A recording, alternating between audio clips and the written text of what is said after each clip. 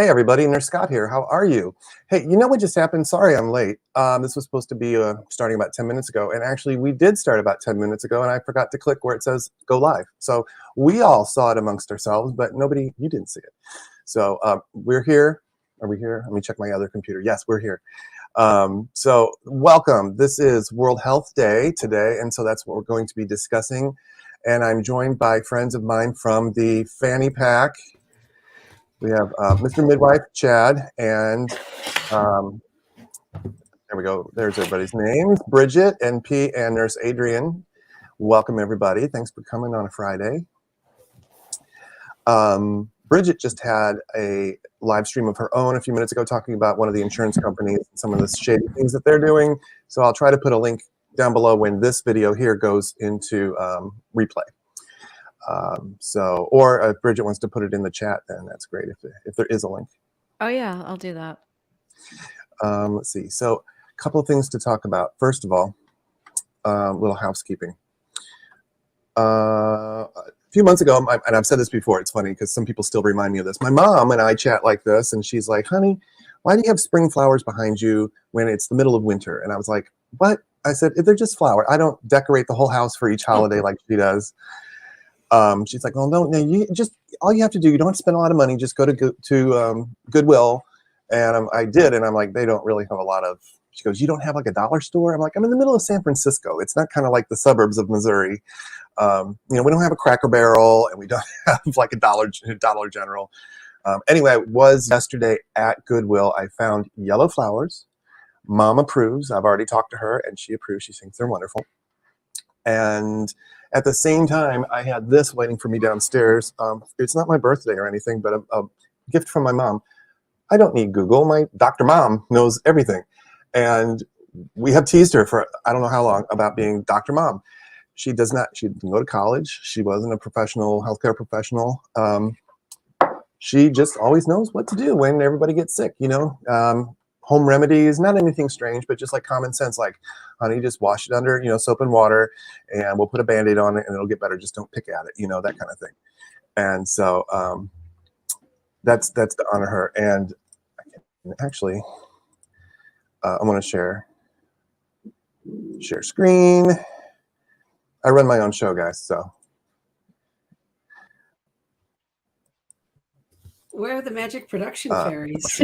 These production fairies. Anybody would like to intern for us? Just us being nobody in particular, just the us of us. Aw, there's Mom. Hi, Mom. There we go. Awesome. There's Mom. So she does not like her picture taken because she would, I don't think mind me telling you that she had Bell's palsy and has had it forever and ever. So that's why you see her mouth is not symmetrical. I think she's beautiful. I think that's part of just her beauty, and she's self-conscious, but there's no reason to be, Mom. You're absolutely beautiful, and we love you. So while I've got pictures up here, I was asked by two of my guests today, didn't you used to have a beard? I'm like, a beard? Like a beard on your beard? Yes, actually I did. I colored it and had some problems with the color. I'm like, let's just reboot. We'll reboot the beard. But I got my eyes checked last week, and I'm shopping for glasses. So this is to remind you what I look like with a beard. And it's also, I was like, maybe we should do, like, let's vote on glasses. Although I've already made a decision. But the upper, can you see my cursor, everybody? Yes. Yeah, I can see it. Can you see my cursor or not? I wasn't sure if that came through. So these are my glasses now, my current glasses. Next to that, in the middle top, those are kind of the same, but they're a little bit thicker. Next to that in the upper right are these kind of little round, antique-y kind of old Doc Baker kind of glasses, which I just picked up on a whim. Down lower left, these are actually really expensive. They're from France, but they're also little round, rimless. And then the ones in the lower right, you can't see, but they are blue. They kind of look like the upper middle, but they're blue. I looked at those at my optometrist's. So I put it on Facebook, and friends and family all registered their opinions. Do you guys have any? Just off the top of your head? I like the one in the upper middle. Me too. Yeah, I was going to say that one. I'm not a. Go ahead. Oh, no, I think, yeah. Although I do like the bottom right. Playing it safe. I wish I could see the color.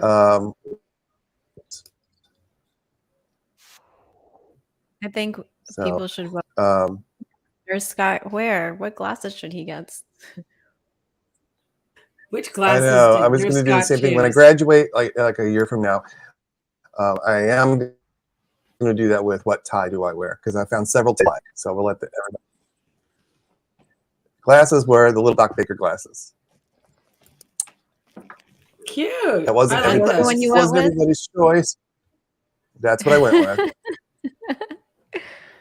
And that wasn't everybody's choice, but it was funny because I would put them on and I'm like, oddly, those don't look like a costume. They actually kind of, yeah. And the guy, the optician that was there, he's like, I like those. And I'm like, I'm going to start seeing patients in like May, in a couple of weeks, right? So I need to look like trustworthy, like you would let me examine you. And he's like, oh, you look trustworthy. I said, do I look more trustworthy with these, or do I look more? And he's like, I think I trust you more in those.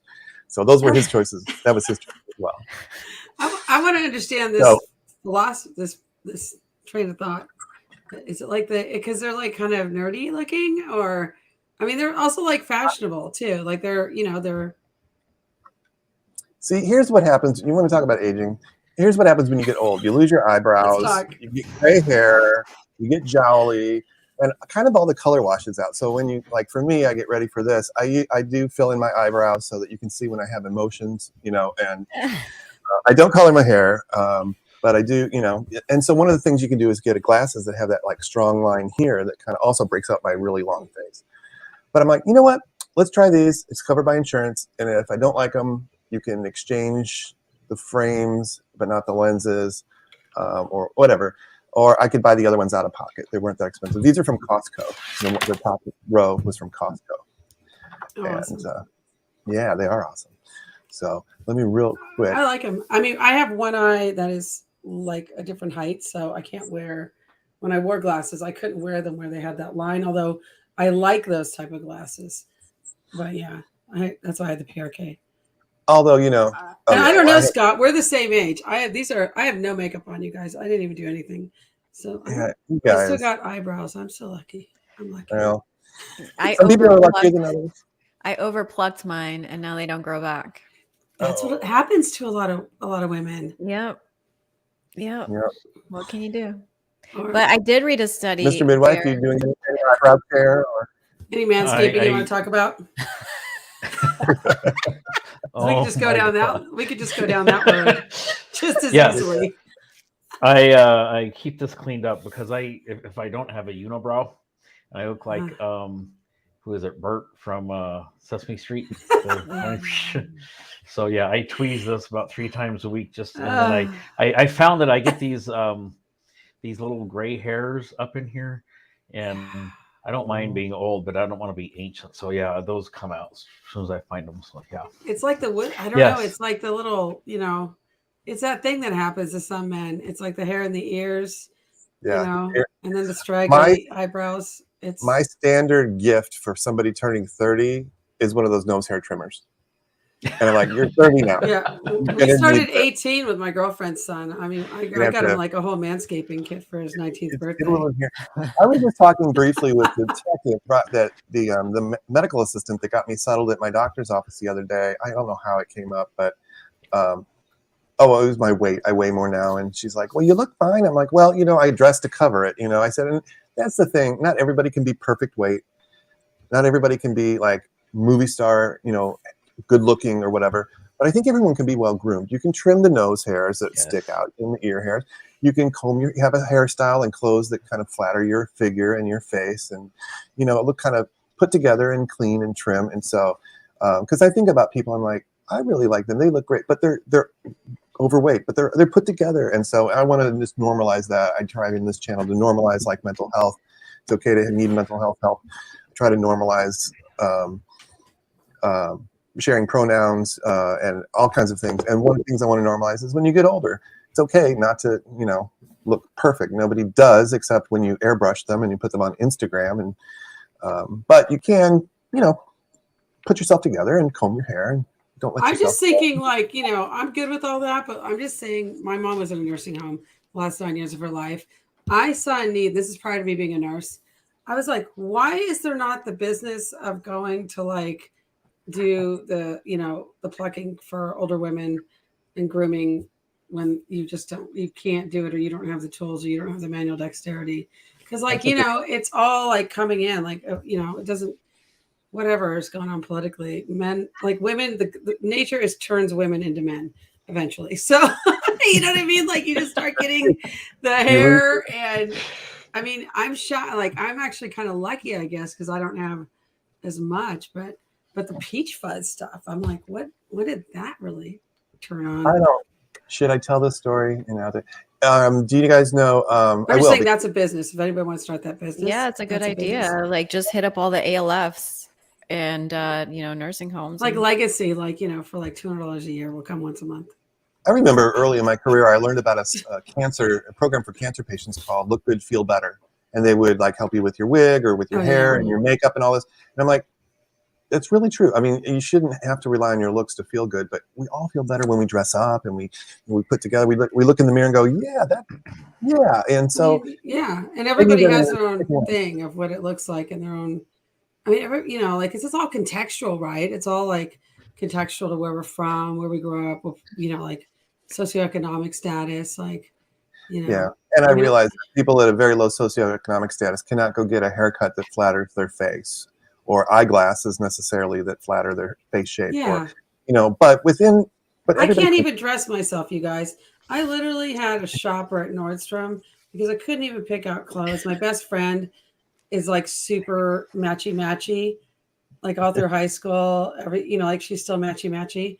And like I literally, before I moved to Virginia, I had to come up to Ventura and I said, I need you to just go through all my clothes with me. Like, it was just like, yes, no, yes, like, why, get rid of that, bye, but like, we all just also, I may have the desire, but I just really find it challenging to match clothes. You need granimals for adults. I do. And my girlfriend, if you saw her, or those of you who may have seen her, she's on TikTok, she is extremely put together. Like she is, the stylist for Kamala Harris or something. I don't know. I mean, like she is so put together every single day, every minute, like it's a full 3 hours in the morning. And then I'm like, okay, I'll be ready in 10 minutes. I'll get out of the shower. And then it's like, I know by the look I get if it's yes, or if it's like you're going to the gallows, off with your head. Never show that clothing. Never show that article of clothing ever again. It's like that with my husband. Like I will want to dress like in everyday life, I'm like sporty, but when we're going to events, I'll wear something really nice. And he just wears little swim shorts everywhere. Like, and I'll just wear Speedos everywhere. They're not Speedos, but I'm always like, is that what you're wearing? He's got that.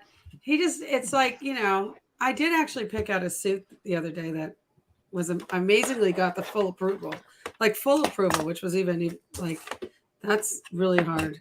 So I'm just saying, so I'll do I'll send you guys privately photos of my girlfriend and you'll just be like, why? I'm with Scott. You don't need, I'm with Scott. You don't need to show up in Claire magazine or GQ or anything else like that. Yeah. But take a little pride in yourself. Get up, shower, shave, put yourself together every day. And you don't need a whole closet full of clothes, but the clothes you do have, keep them clean and in good repair. And I do a lot of shopping at Goodwill myself, and you wouldn't know it because I just keep my clothes clean and in good repair, and I dress as well as I can. So yeah, exactly. And that's a good segue to World Health Day because I don't think there's clean water, access to hygiene. Access to hygiene, right? This is a big issue, and clean water. Just the basics, right? Like that's true. The World Health Organization. That's a big component of their five. How many fingers? 5 pillars they have. So you guys know whoever's watching. You guys remember they used to do what do you call it?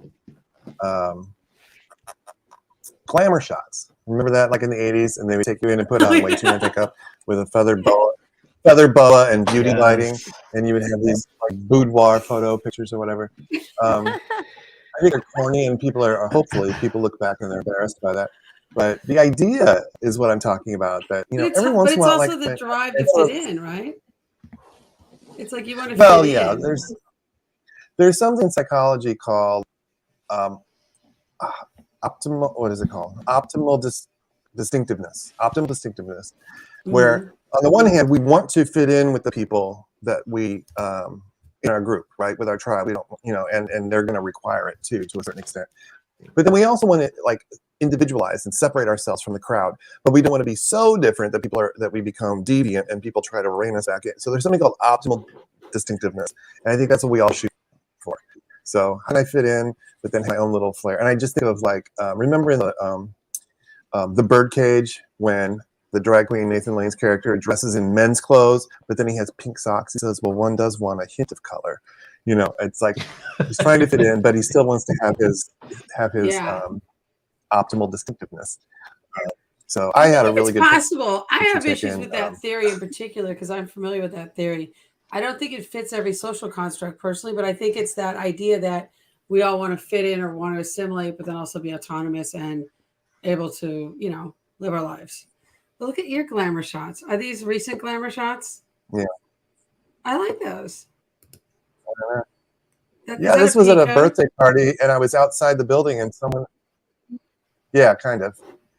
It's single-breasted though, and someone came in. I'm like, hey, well, I'm standing out here. Can you take my picture? And I struck a couple poses, and I'm like, look at that. I can actually, And then I did this because I have this watch that looks like a James Bond watch.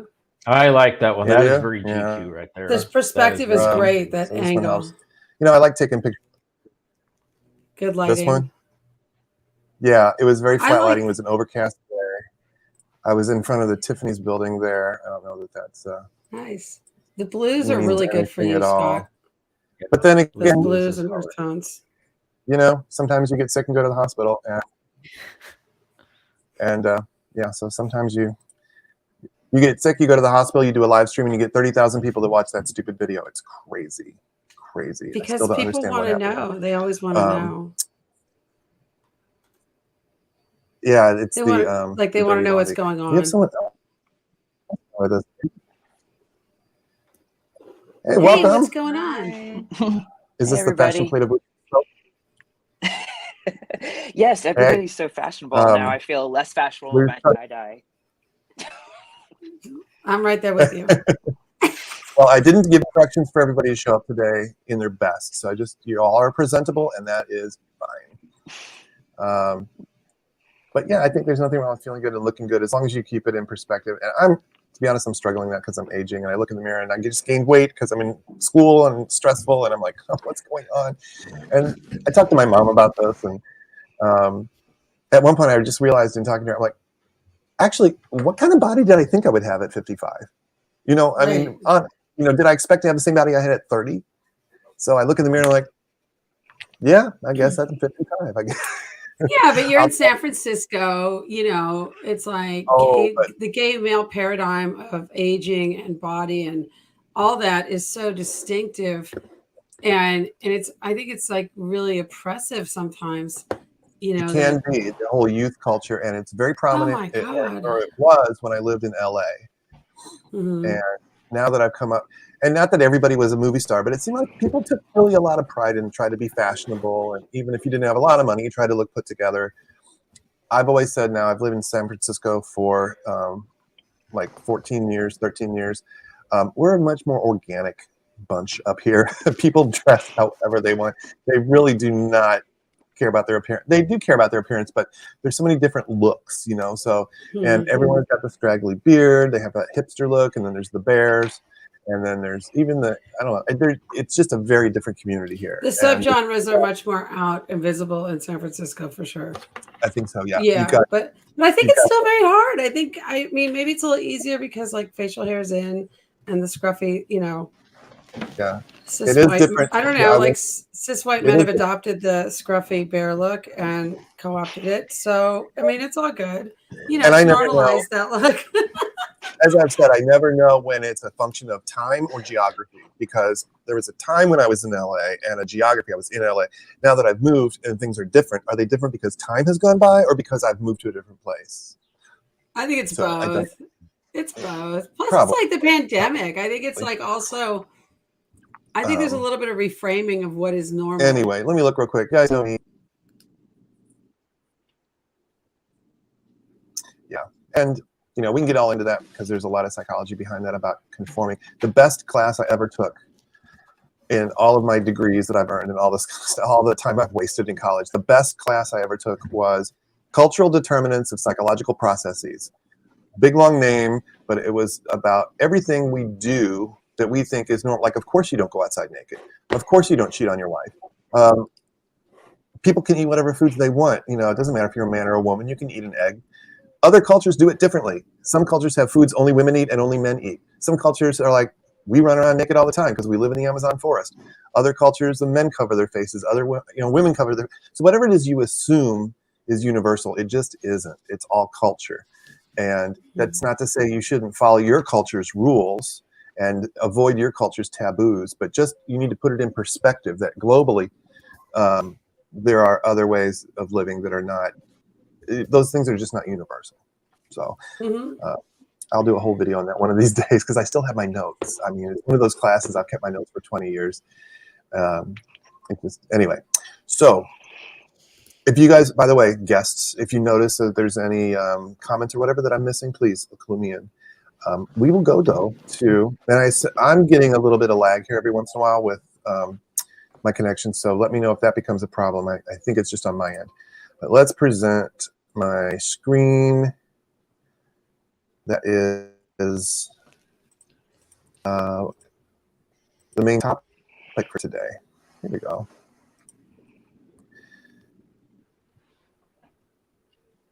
So today is World Health Day, and this is the website for the World Health Organization. Public health milestones through the years. We talk so much about everything that's wrong with the healthcare system, and there is a lot wrong with the healthcare system. But you have to remember, I also, being the glass half full kind of guy on the panel, medicine's only 100 years old, really. Modern medicine, 150 maybe. Before that, it was home remedies. My mom probably knows as much as a doctor did 150 years ago. So we've come a long way in a short time, and we're making faster and faster progress. So let's look at some of the progress that we've made, and I welcome any of you to chime in, and if any of these hit home for you or whatever. So it starts with talking in the 40s about the WHO and tracking diseases, which you can't fix, but you don't know. So of course you have to track it first. Antibiotics, this was one of the major milestones. Well, the germ theory of disease way back when we decided it wasn't evil spirits, there were actual little microbes in the body, and if we could somehow control those, they were causing the illness in a lot of cases. But then the discovery of antibiotics is when we actually had a tool finally to fight infections. And I know famously, it's in Chad's field in obstetrics that first kind of came to light. Women died. I'm sure he can talk more about this a lot in childbirth from, what's it called, childbirth fever or something like that. I don't even know what it was called. Yeah.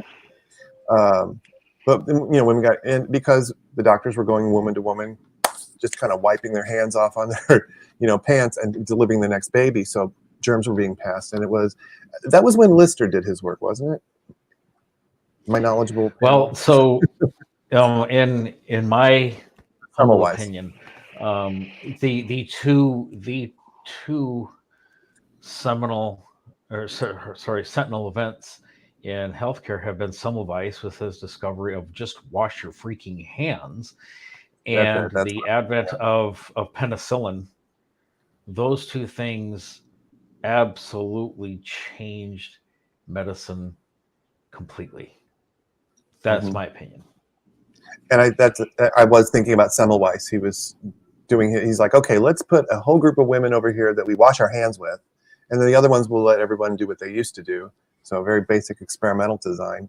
And guess what? The women over on this ward, they didn't get as sick. They didn't get sick as often. So antibiotics, 1950.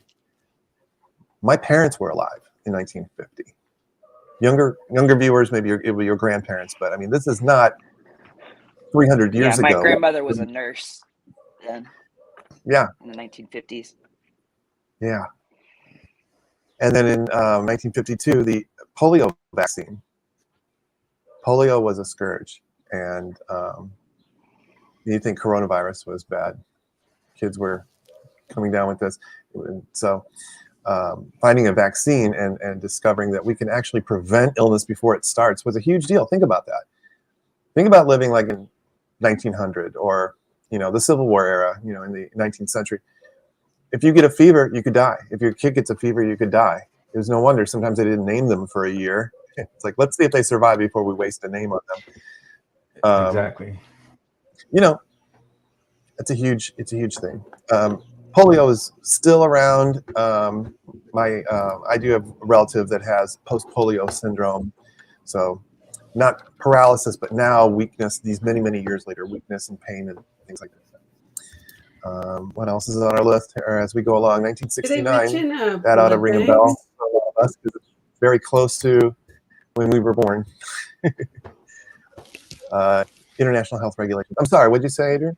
Oh, did they mention like blood transfusions or any like milestones of like medical development? Specific. Yeah, this is more public health. It looks like this is more public health, but if you think of something, by all means bring it up, and that's a good one. Yeah, well, like plasma. Charles Drew, who is a university named after a college and a hospital in South LA, right? He basically developed the technology and science of blood plasma and development of blood banks. So he's extremely well known. As educated as I am, I'm kind of embarrassed to say that I learn a lot. I have a good little chunk of knowledge about medical history from watching MASH. Yes. You watch the kind of things they do and don't do. They did the thump and the compressions, live, damn you. And they did, ether with the dropping the ether on the mask. They did do some things that were new. Oh, I hear, blood transfusions. Well, it was also field medicine. It was also field medicine, Yeah, I mean, it's also like field. So it's hard to say how accurate it is because we certainly hope people don't look at the last 20 years of medical shows and think that represents any component of anything medical. It depends on the show. It depends on the show. And if you're curious, you can go. Never seen a single one except for Scrubs.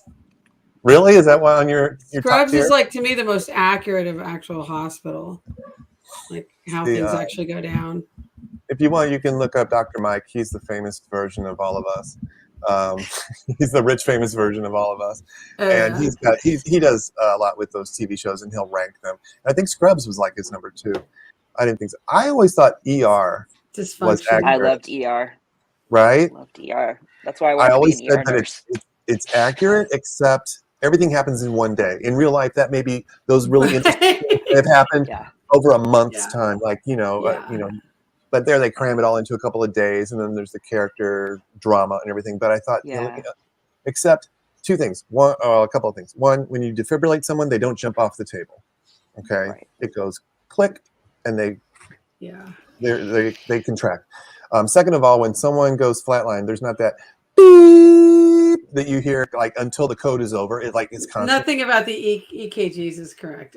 Right. None of that on the vital sign machines is ever right. Like, but they showed nurses on ER, whereas Grey's Anatomy, it's like surgeons. All the surgeons apparently they don't even have nurses at Grace level. It's true. I say the same thing about Bonaventure. The doctors do everything. What hospital is this? Yeah, Bonaventure San Jose Hospital on The Good Doctor. They're all in there. These doctors are in there taking patients to X-ray, and then they're in there doing the CT. And I'm like, what? Are you kidding me? That doesn't happen. No. No, and it's good because we've got people to transport patients, and we've got people to do the CT, and we've got people to be the doctors and coordinate the care and diagnose patients. There's a division of labor that's really good because you can get really good at what you do. ER I thought was good. Oh, and the other thing that really bothered me was every time they intubated a patient, they would intubate. Of course, the music got really dun, dun, dun, dun, dun, dun, and then they'd say, "I'm in," and I'm like, I've never had a doctor say "I'm in" after intubating a patient. It's just if you look for it, every time they're like intubating. I'm in. Because it's not a doctor; it's an anesthesiologist or a CRNA or The Well, no, therapist is saying it is guiding it. In the ER, it's a physician, but yeah, it's an ER doc. It can even be a paramedic yeah. or someone, but it's one of those things that they put into those dramas, like, you know, as the defibrillator response. You're supposed to. It makes the sound poof, and you do this, and that's completely not what you'll see. Anyway, but I do. TV can teach you a lot, but it can also give you some wrong information. I think lately, in the last 20, 30 years, they've tried to, maybe even if you guys remember, you guys are old enough to remember Emergency with Johnny and Roy, the paramedics. Yes. Oh, yeah. Yes. Sure. And that came out in the early 70s, introducing this new thing called a paramedic. It was a firefighter trained to do medical things out in the field. Otherwise, you would call an ambulance company, like at their number, like 323 454. You have the number on your computer. Can you come get my so-and-so and take them to the hospital? They're sick. And then go scoop them up and take them there. This was brand new. You could do actual medical care in the field. And it was a great show. And they did really try to make it accurate because they were introducing the public really to the idea of paramedics, because they were in place in LA where it takes place, but they weren't everywhere. But they soon were after that. The history of emergency care is interesting, I think. And I'm surprised it doesn't go back that far. As when I was born, if my parents needed to, if my mom went into labor and was having problems, couldn't get in the car, they'd have to call an ambulance at a 10-digit number, and they would scoop them up, and nobody would do anything until they got to the hospital. So, let's see what else is on our timeline. Did you talk about what more the World Health immunization Organization does? Because they're the ones who. Thanks for putting me on the spot like that. Yeah, that's great. Well, because it's the World Health. That's the origins. Would you like to talk about I didn't know what website you're on, because I didn't see that one. You're on the World Health Organization website, aren't you? Isn't that the upper left-hand corner? Yeah. Oh yeah. Because there is like an actual website. Because they have a timeline. I wanted to do. Oh, okay, yeah. Well, I thought you were. This is the time, because I thought when I saw 1945 it says planning for a WHO, but then I didn't see 1948 in the origins, the creation of the World Health Organization. Yeah. It's its 70. So this is the 75th anniversary. So it is an important year for the World Health Organization that has 197 country members. So it's a pretty, I guess it's a big event. Although in the United States, we don't. Most people don't think about it unless you're like in college or something. Open up a new tab. Can you see? Will the new tab open up for you guys? Probably not. It's like over. It's Let's see. The menu. Okay. Yeah. Well, we'll go to that because I'm gonna have to switch a thing. So. Gotcha. No, I didn't go into the World Health Organization so much as I saw they had a timeline. I thought that'd be a good thing to discuss. I really am not fully aware of all the things the World Health Organization does. I know they're chartered by the UN. Maybe we'll learn something here as we go along. Let's see. So, immunizations. Yeah, got to get the shots in the arms. And for a long time, people were like, wow, this was great. We can prevent disease. Let's get it. Then somehow, before COVID came around, people were like, I don't know if I want to prevent disease. I'm not sure I trust all the people that have saved lives for decades and decades and decades. That's a whole different show. It's really it all boils down to control. I want to be in control of, and you can't tell me. And what I know is what I know. Ugh. Well, it has to do. There is that absolutely. We're just going to have more and more infectious diseases too. So I mean, it's kind of not a. It's better to be. It's fine. I think it's fine to be questioning things and get information. However, it's really the failure in most people is the failure to understand their own limitations of being able to comprehend information without the appropriate training. I was just going to say, I think it's also a failure of our educational system not to teach people what the scientific method is, because they're thinking it's a bunch of smart guys in a room. And they say, hey, you think this works? And we all agree this works. Let's put it on the market. No, there is something called an experiment and research where you test one thing against another. It's not these people's learned opinions.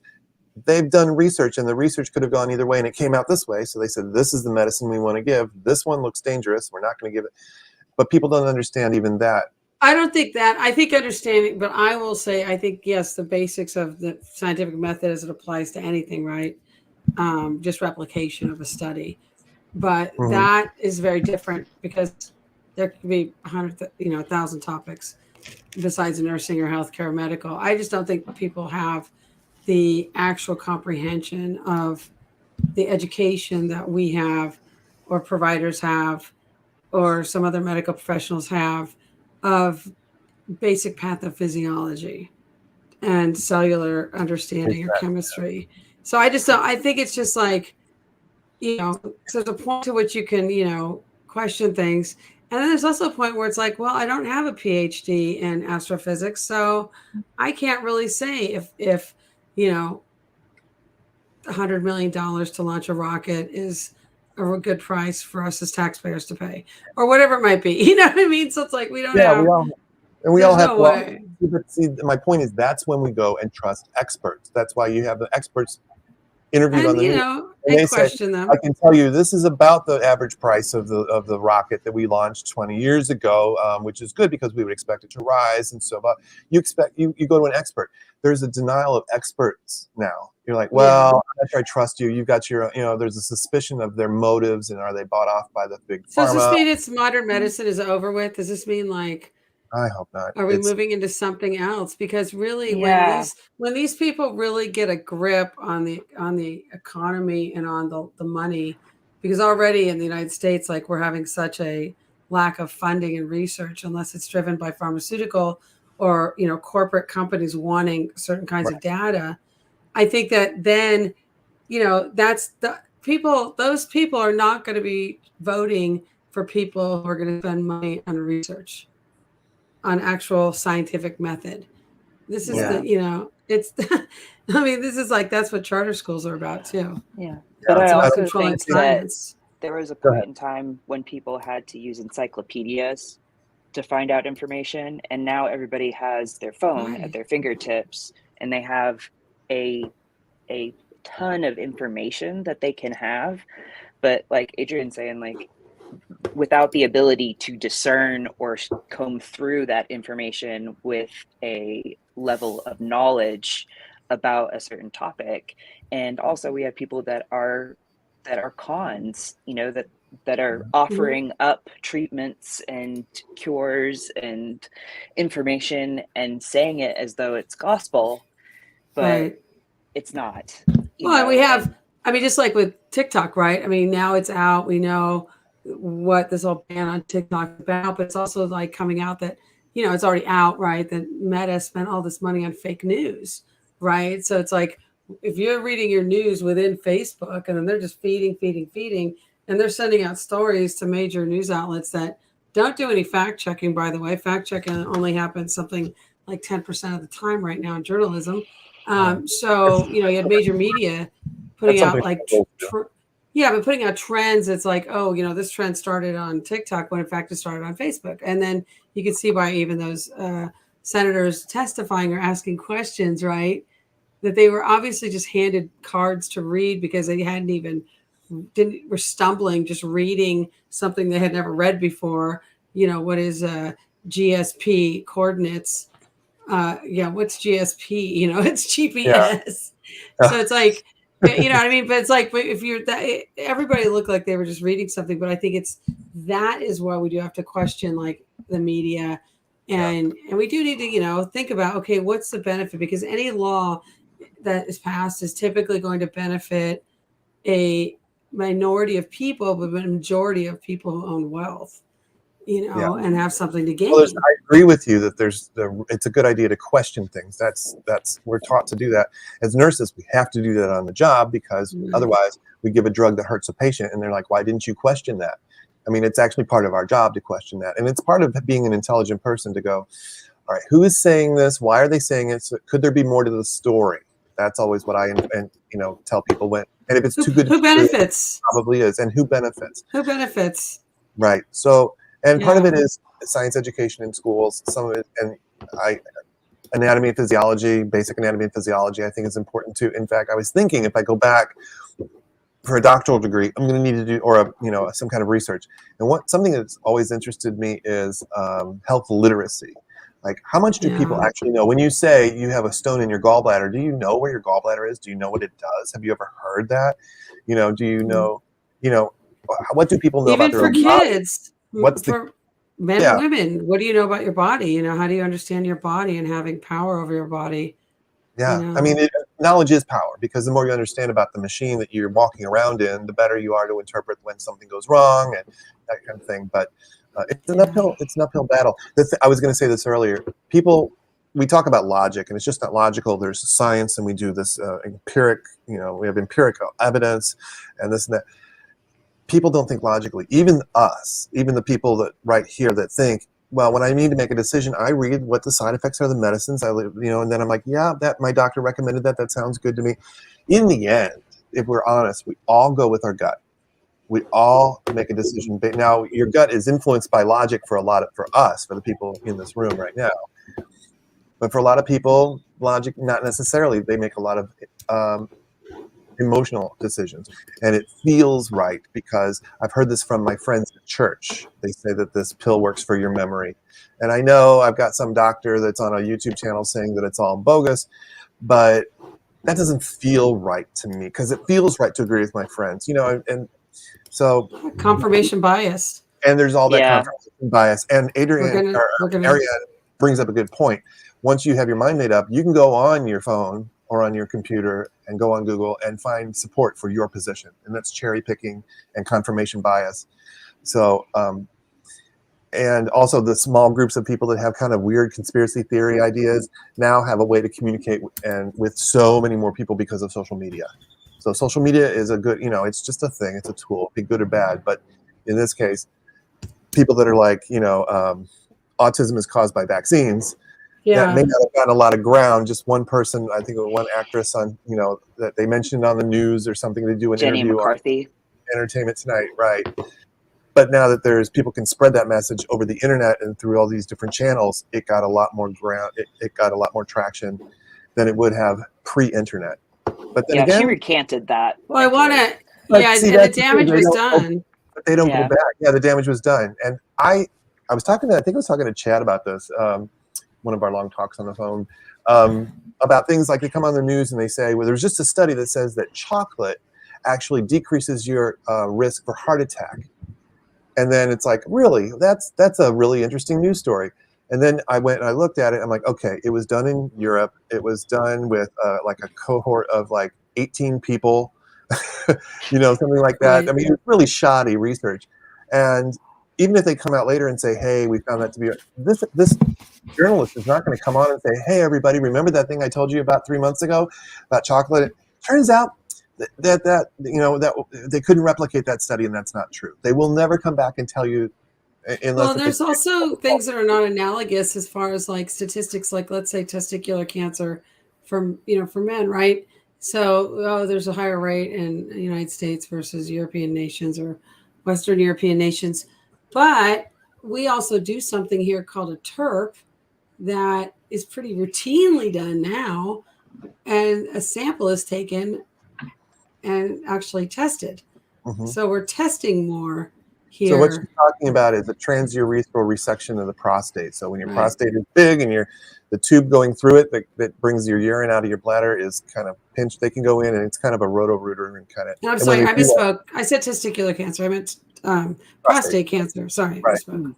Yeah, and they can take. Yeah, so we're testing more. Is that what you're saying? We're testing more, so we're finding. Yeah, because more? they don't do TERPs in Europe. It's not. It's not a thing. They don't do them like we do. It's not. It's literally. I didn't know the prevalence. There's some huge prevalence of TERPs. It's pretty much if you're a guy over a certain age, you're going to get one. It's like it's money. It's just I know straight money. Prostate enlargement is very common over 65 or something like that. Mm-hmm. But yeah, I think what you're talking about is there more of it, or are we finding more? And if we're looking more, we're going to find more. So you see like these curves, like a breast cancer in the United States, and it starts going up. Well, that was when we started testing more people for it. That's another one, right? It's how often are we testing people? And as we change some of those guidelines of like, no, just go every 5 years for a breast exam, a mammogram, go, how off every 5 years or whatever for colonoscopy or whatever, if they change, right? So then you go from 5 instead to 10. Well, obviously data will change also in, a decade or so following that retrospectively of the numbers, because if you're testing half as much or over twice as long many years, right, then that's going to change data. This is the kind of working knowledge that people need to have too. How to read. I looked at. I'm like, did I ever take a biostatistics? Critical thinking. Well, yeah. Well, I looked at. I was like, did I take a biostatistics course? And I just finished a couple years ago at WGU. Finished my bachelor's. I'm working on my master's now at another institution. And I looked back on my transcript. I'm like, oh, I did. It was applied biostatistics. And I'm like, oh yeah, I remember that was how to read a graph. That particular class at WGU was pretty simple. Biochemistry actually challenged me, and so I don't mean to say WGU is a easy school. It's just correspondence course, whatever. Really rigorous. People learn a lot. That particular class was really just about reading graphs, so that when you look, you can make sense of that. Because this is for a bachelor's prepared nurse who's supposed to be a consumer of research and know how to interpret what he or she reads and communicate it to the patient and that kind of thing. But that's something people don't have is being able to comprehend that, oh, they see the line go up, so they think there's more of it. And you're like, well, yes, but let's think. What has changed? Like the Industrial Revolution happened. Now we see more of lung diseases because there's more pollution in the air.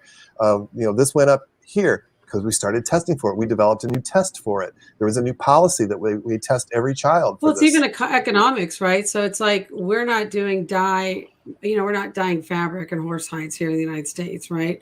We're not doing as much coal mining. We're not doing as much, we're not doing lead manufacturing as much, right? I mean, there's all these environmental things that are occupationally driven as well. And so if you are comparing, numbers of lung cancer with one group of people, and then you're comparing it to a country that doesn't even have coal mines for that kind of cancer, obviously the numbers are going to be different. So that's like critical thinking, you guys, like for those people watching, always think about, well, does that condition exist? Is the population stratification the same? Access to healthcare, when you have a nationalized healthcare system, they can't, it's like you hear this stuff, oh, people in Europe are much healthier because they have a nationalized healthcare system. So they get basic checkups. They're catching things earlier. They're not, it's not getting, like you're not going years and years and people saying, oh, I'm sick, and decades later.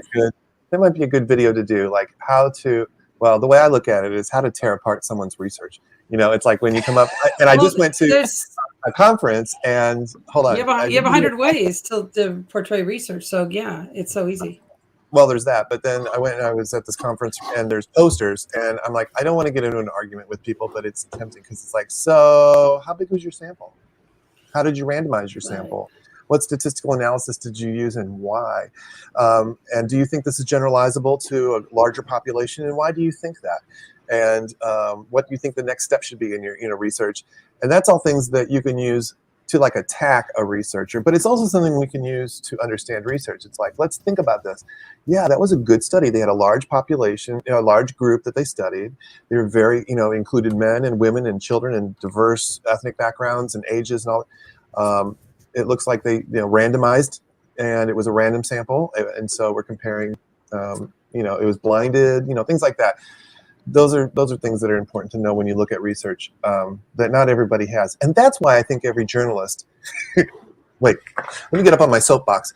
That's why I think every journalist needs to have a statistics course, because they report statistics to the public, and the reporting is only as good as their understanding. Fact-checking.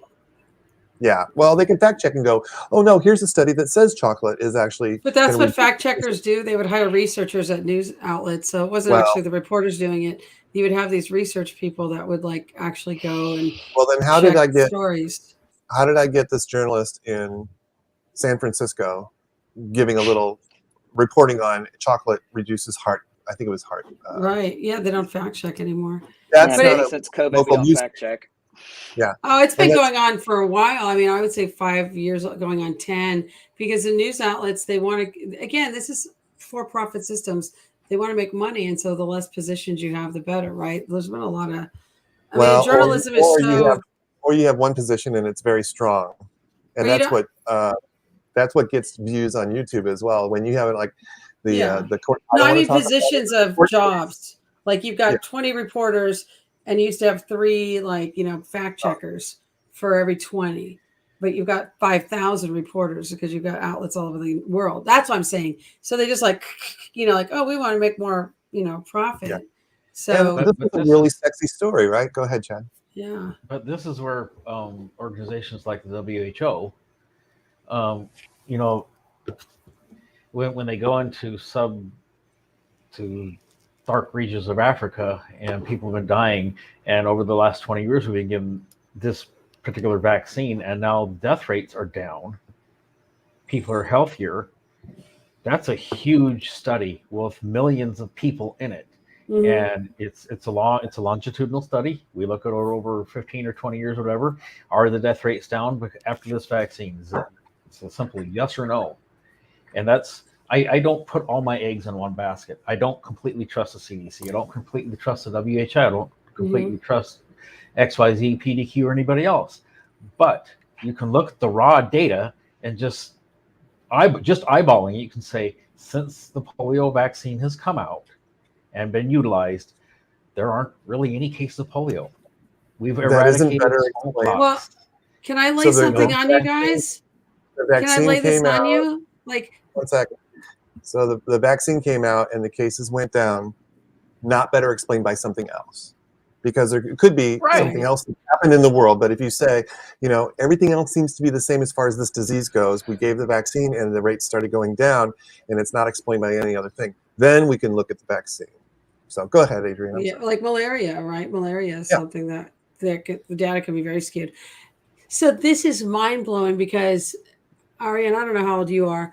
So in 3 of us, at least, we probably have a memory in our childhood or young, Mr. Midwife, I'm sorry, I don't know how old you, I think you're about our age, right? Yeah, I'm same age. I have a memory in my childhood of hearing that smallpox had been eradicated in our lifetimes 43 years ago. And now it's on the goal. This was 32 years after the founding of the World Health Organization. And that was one of their missions, which they achieved, right? Here we are 43 years later, and it's on like the top list, eradicate smallpox. I mean, so we talk about anti-vaxxers and that movement and also access to healthcare. It's mind-blowing. It blows my mind that. Well, but so even if smallpox is on its way back, even if it's coming back in some measure. Oh, it's been back. We already know what to do with this. We're already on top of this. We have a vaccine that hasn't gone away, and we know that it worked. It was all but gone. And so we do know that whatever we did, people don't want to do it. They don't want to do it though. But what do you say to that when people don't want to take a vaccine that can save their kid's life, their life? I mean, like all of it, right? Like having. It's really complex. As we were talking, is my mic working? I got a notice. Yeah. Can you hear me? Yeah, okay. Because I got a little thing says we lost connection, and the battery sometimes goes out. I was going to say, so it's a complex, as we've been talking about, why people do and don't believe in things. I think with the corona, I'm sorry, my little brain's going in too many directions. With the coronavirus vaccine that came out, the LGBTQ community had like a 90% penetration into that community. It was very, very high. Right. And I've talked about this in other places and with my mom. I'm like, it's because this isn't our first pandemic. Right. This is not our first pandemic. If someone would have come along in 1986 or 1984 and said, we have a vaccine that prevents AIDS, we would have lined up around the block to take it. But there was none, and there still is none. Well, the vibe was very similar too, Scott, right? I mean, I was in San Francisco in 1990, and, it just... You just see blocks and blocks of like yard sales, and it would be the belongings of the entire belongings of someone. And I will never forget that. Like when I realized that walking around the Castro and had that like epiphany, and then started talking to people, and it was just like this communal sense of, I don't know. I just went around and started talking to people, and it was like the roommates, the partners, whoever, the friends. and then hearing story after story of like the parents and family rejecting this person and them dying alone. And, just like, oh, the family didn't want anything to do with their stuff. So we're just selling it. So I think the vibe of COVID for me, having been really ground center in the AIDS epidemic, it felt so similar. I was like, this is going to be bad. This is going to be bad. Yeah. People are going to die like a snowball. I think you and I and others in our community understood that because of the experience we had with HIV, whereas there's plenty of non-LGBTQ folks in the larger society. They obviously knew about HIV and AIDS, but they didn't have the same visceral reaction to it. Yeah. And so they didn't put them together. And I think even there's probably LGBTQ folks that that still don't even realize that. They're just like, oh, coronavirus. Yeah, I'm getting the vaccine. I don't think they even thought, because they also have kind of a cultural history of HIV AIDS. So yeah, it was not our first pandemic, and I think that's why we had a different reaction. I think if you didn't live through that, you might, and you were in healthcare long enough, you may then have thought, oh, I remember H1N1, or like something bad. But then if you weren't in healthcare at all, and maybe younger, I don't know. Maybe it would just be like, what's going on? This is no big deal. For me, I was like, this is going to be horrific. Yeah. And it's also generational. I think my mom's generation and the boomers and the greatest generation, it was culturally appropriate to just trust your leaders. You didn't question the government. You voted for who you wanted to. You may not like the president. You vote someone else in. But in general, you trust institutions. And later generations, ours and younger, began not to trust institutions. And also there are certain segments of society that don't trust for whatever reason. Chad, I think, brought a good point. If I understood your point right, in your example with Africa, is that it wasn't a formal research project, but we can just say, as I said this, we can say that this vaccine worked because we look at the results. I talk about this with people who are hesitant about the coronavirus vaccine. They're like, well, we don't know what it does. We're not sure if it. I'm like, well, it wasn't tested on enough people. I'm like, now billions of people have had it. Right. Consider that a research project. Okay, we now have an N of billions, and they're still following side effects. And we can say how many people die from the vaccine, how many people get this, and this side effect from the vaccine, versus how many people die if they get coronavirus, and what are their chances of getting coronavirus.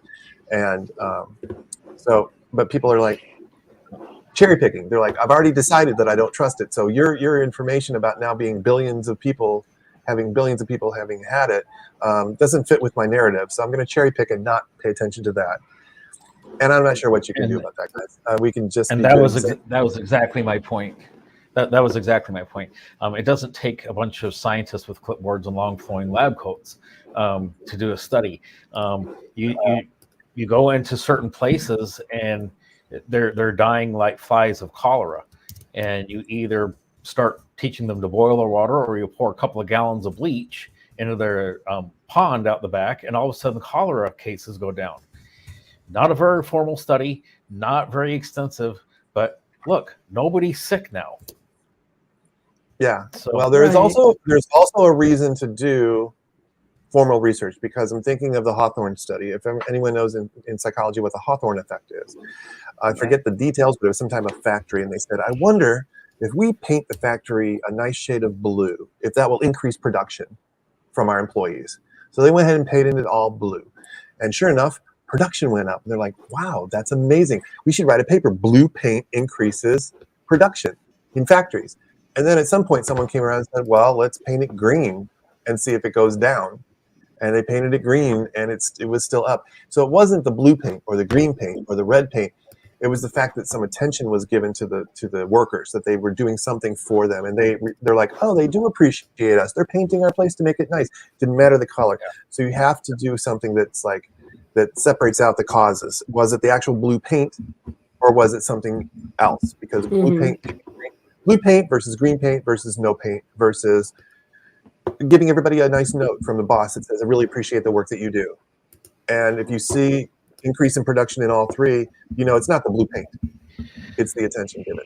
So, and it goes both ways. I mean, the Hawthorne effect is about the influence of being observed, the knowledge of being observed, for performance and expectation. Or what if the hypothesis escapes and then the subjects become aware of the hypothesis, that's in the truest sense the Hawthorne effect, and then it'll skew. Oh, we actually think people are stealing. Okay, we'll start stealing. Things go missing. You know what I mean? Or that's an like the nurses are are eating too many graham crackers. Okay, then then all of a sudden everybody's like, oh, graham crackers, yummy, and they start eating them. Yeah, that's a good reason, a good argument for blinding a study.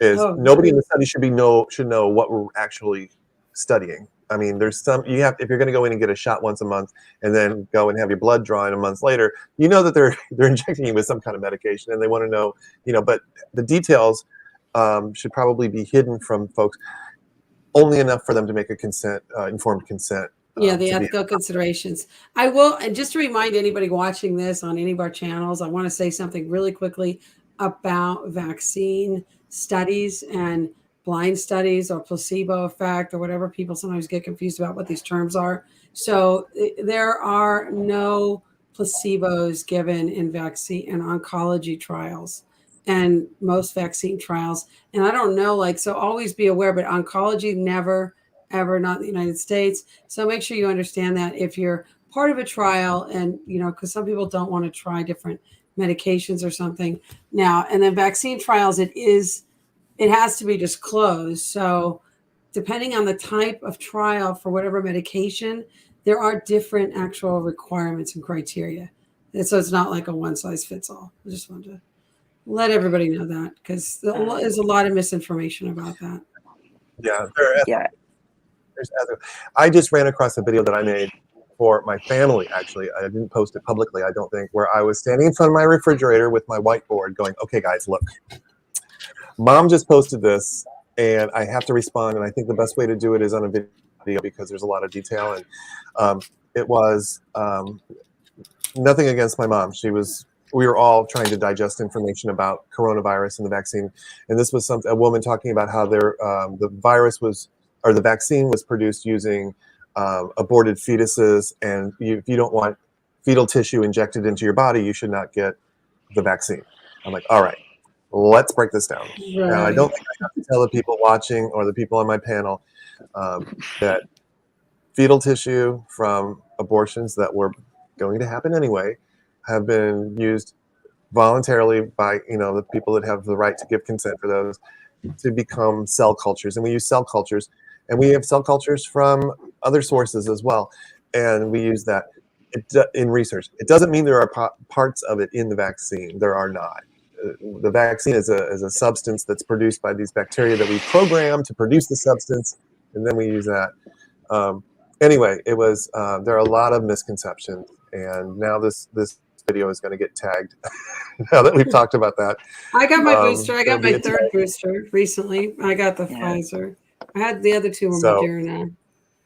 I hope I did this one time, and I did this one time and talked on a video about something, and I said, the people on the other side are always saying this, and this. Well, they picked up this, and this, and they said, we can't put your video up there because you said that. I'm like, no, I was saying this and this, and it's wrong. And they're like, well, we're going to leave it down, and I got a warning. So no strikes on my yet, but so we got to be careful what we say. Let's go back to World Health Organization. Let's talk about let's get on the topic then. I wanted to say that I have a rare disease that wasn't found until 1980s, but they're now believing that with studying and collecting samples from people that it used to be they used to say it was 1 in 10,000. Now it's 1 in 5,000, and now they're thinking that it's even more common than that. I have Ehlers-Danlos syndrome, so it's a genetic connective tissue disorder, and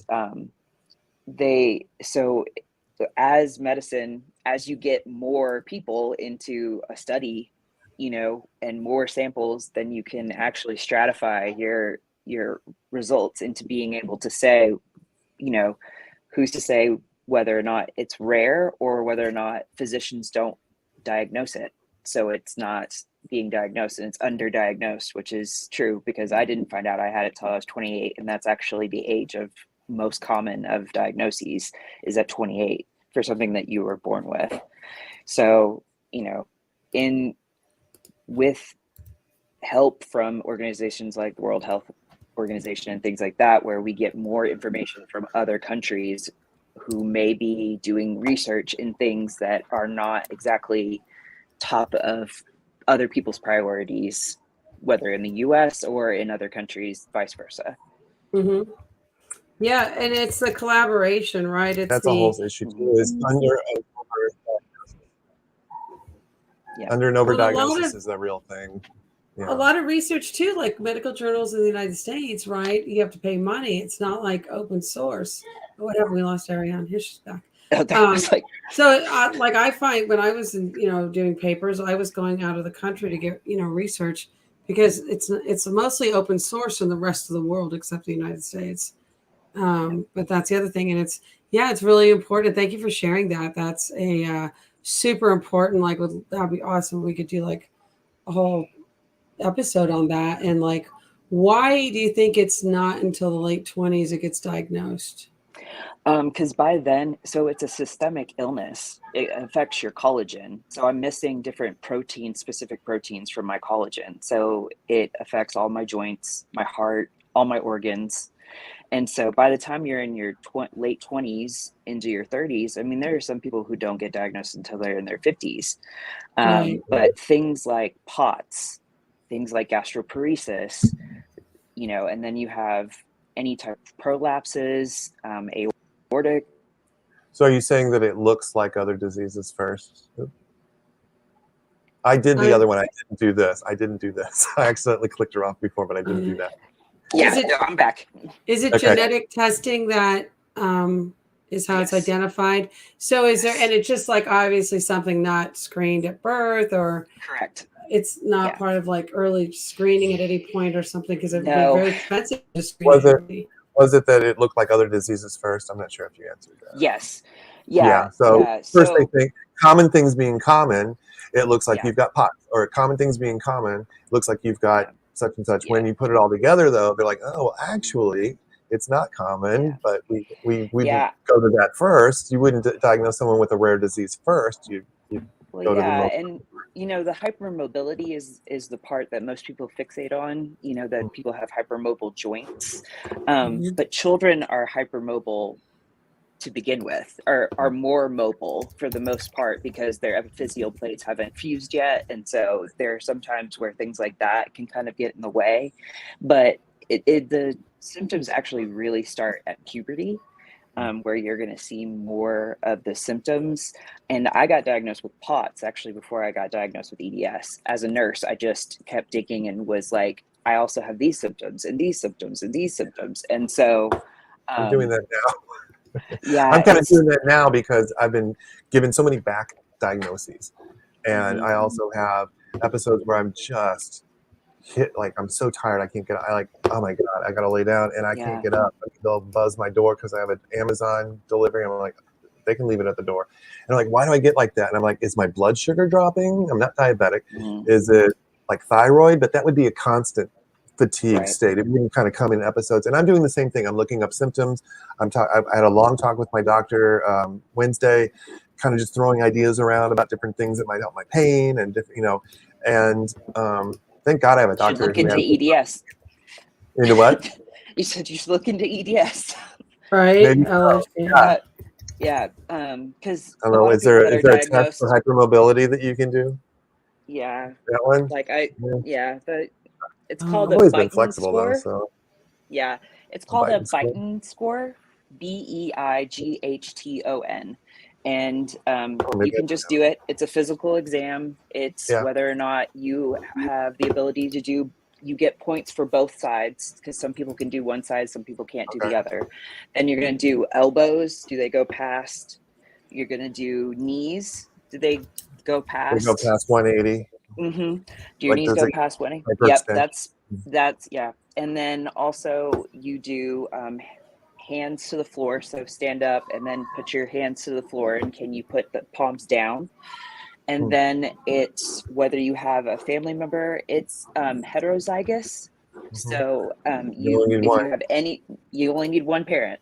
Yeah. So Now I know that I have a 50% chance of obviously passing it on if I had children. I'm 33 now, and at the start of last year, I ended up with a feeding tube. I'd have a major abdominal surgery, and then the next month I ended up with a peg J, because I have severe gastroparesis. And so I lost 30 pounds in like 2 months without trying. Yeah, in a bad way. In a bad way. In a bad way. Yeah, in a bad way. So, but like EDS is so pervasive into so many different systems, whether it be endometriosis, whether it be IBS, there's MALS or mesenteric ligament syndrome, where your mesenteric is actually pinched.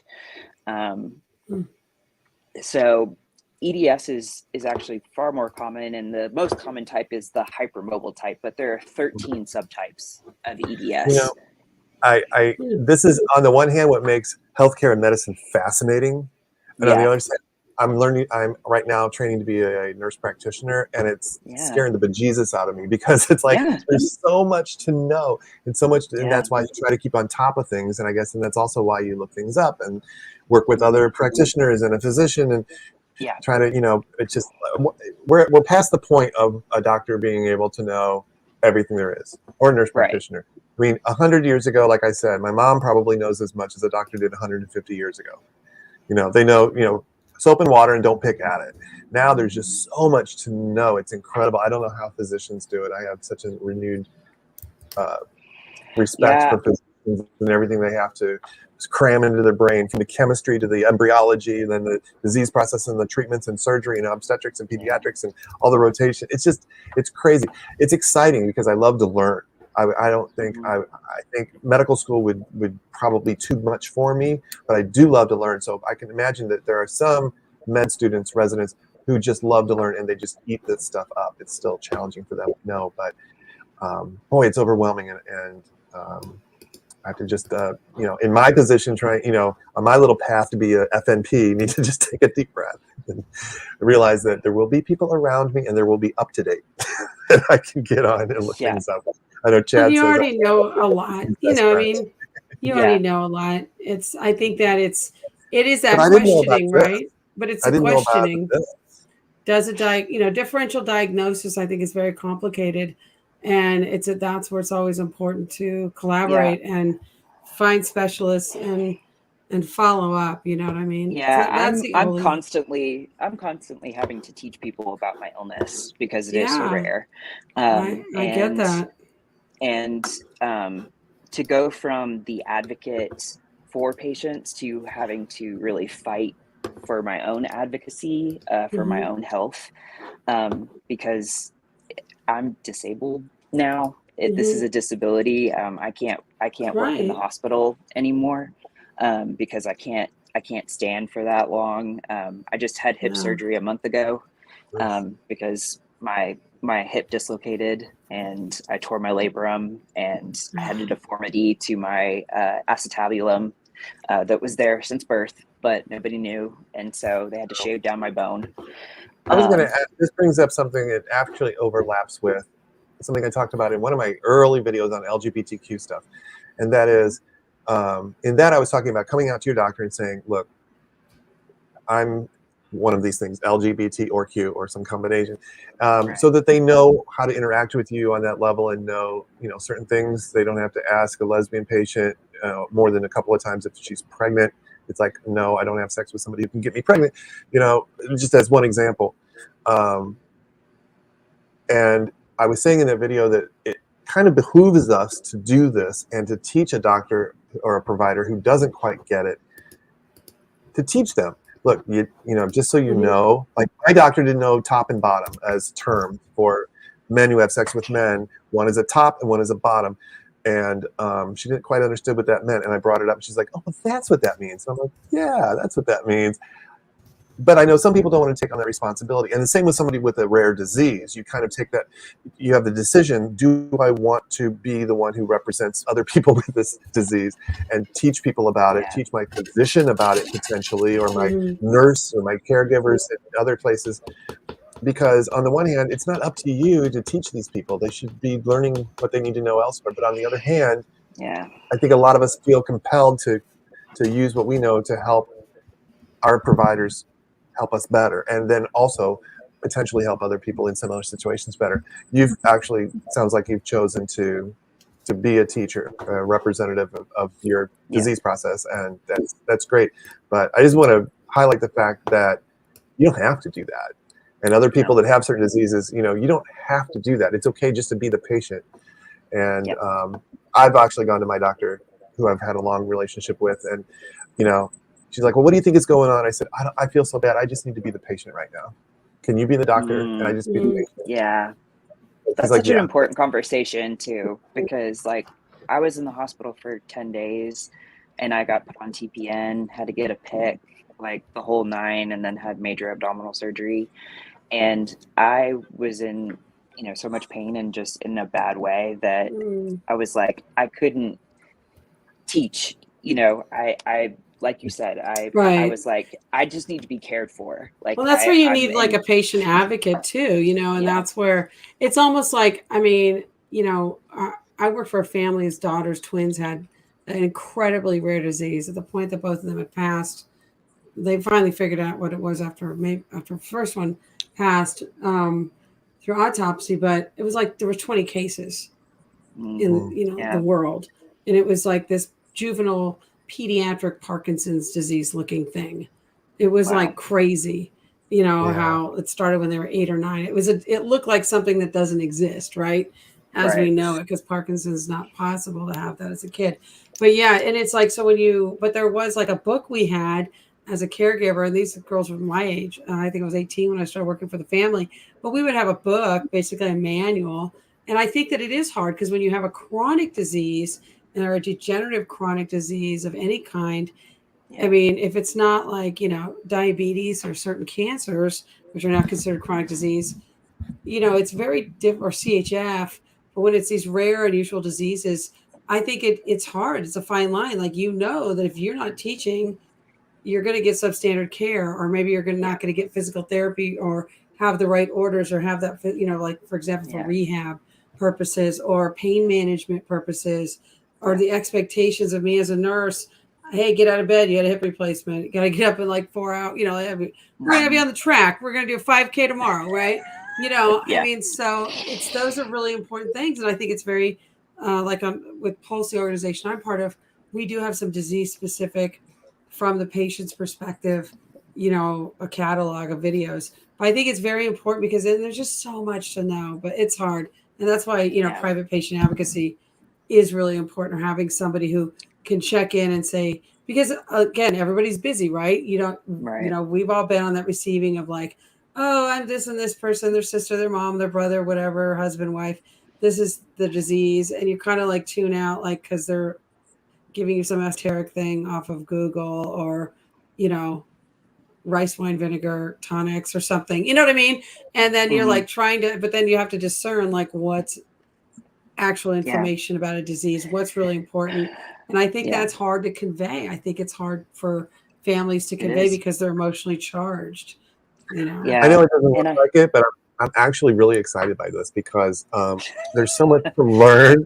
There's so much to learn about the disease process, and we've also touched a lot on like the patient experience of having illness, and being an advocate for themselves, and or having an advocate come and help them, and boundary setting, and like when I need to just be a patient.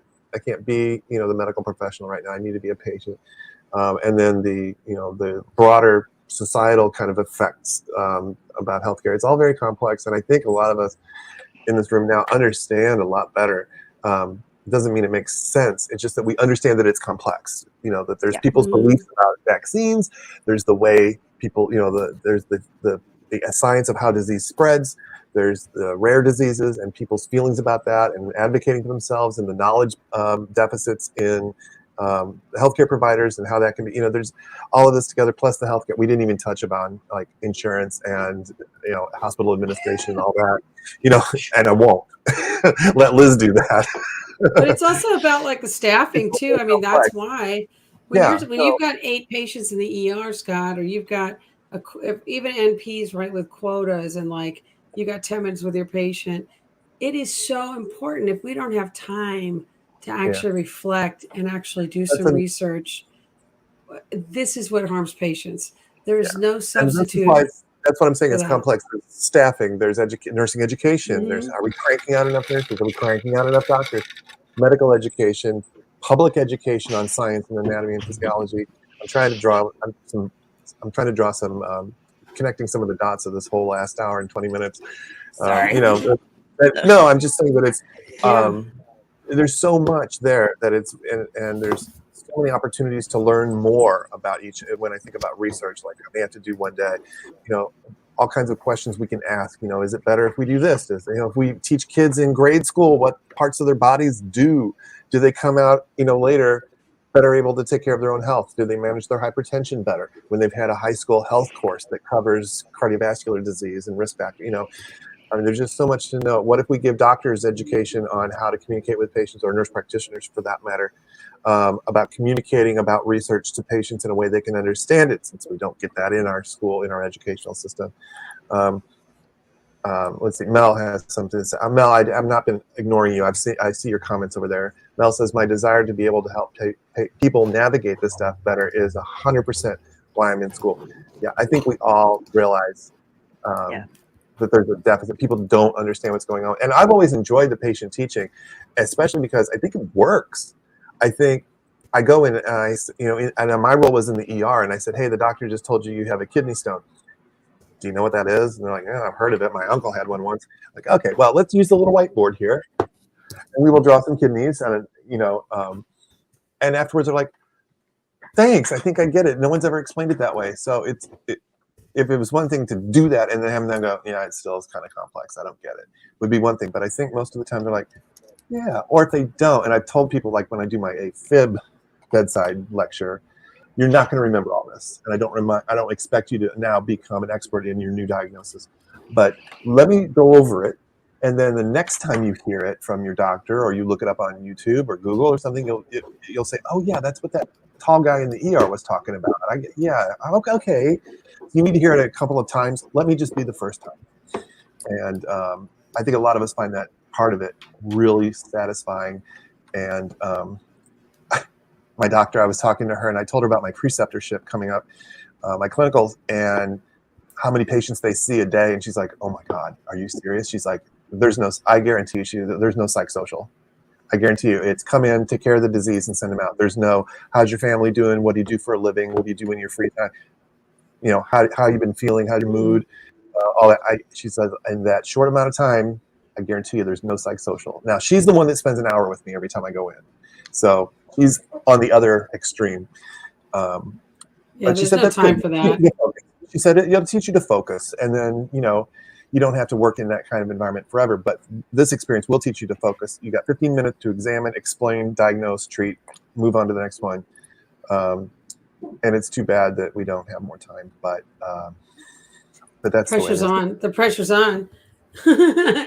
I think too. The other thing I want to add with special diseases, with rare diseases and really specific diseases, it's also important to pick your providers and specialists, and you can look and see what did they do their thesis on, what did they study, what did they do their postdoc in, what did they do their residency, internship, where did they go, who were their professors. So if you start, the thing is, if you look at literature, and you can just go on the NIH and look up a published study, and you look and see who wrote that, and then you look and see where did they teach medical school, and then you think, oh, okay, where did my provider go to medical school?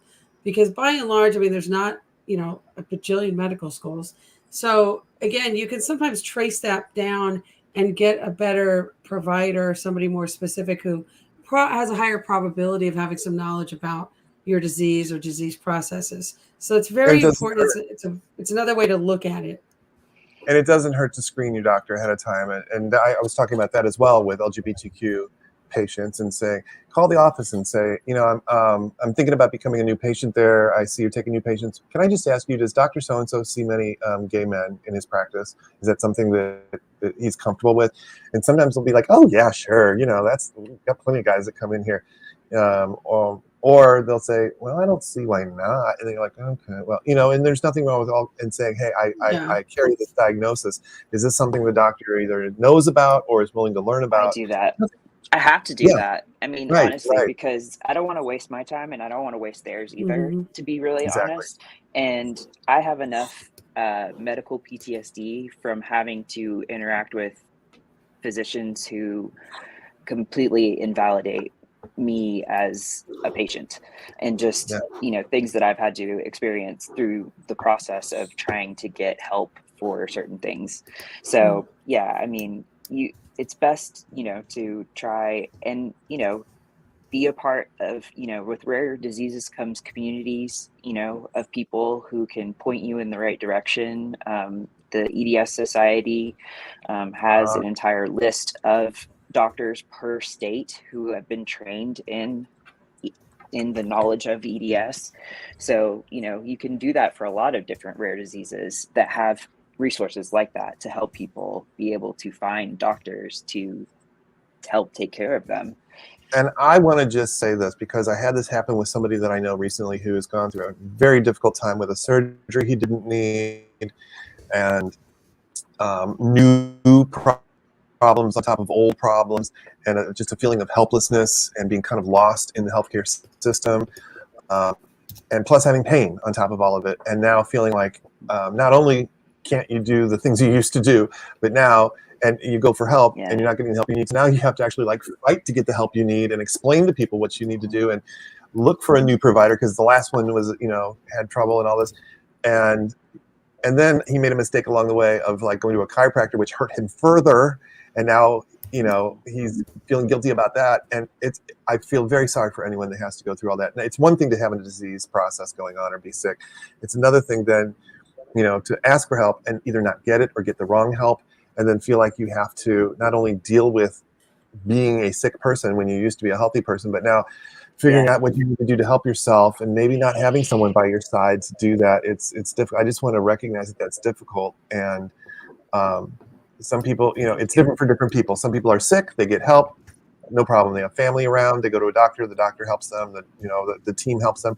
Other people, they get the wrong help, they don't have anybody, they've got other issues, emotional issues, or whatever, and it's much more difficult for them. I just want to put some sympathy out there for anybody who has any kind of roadblock in the way.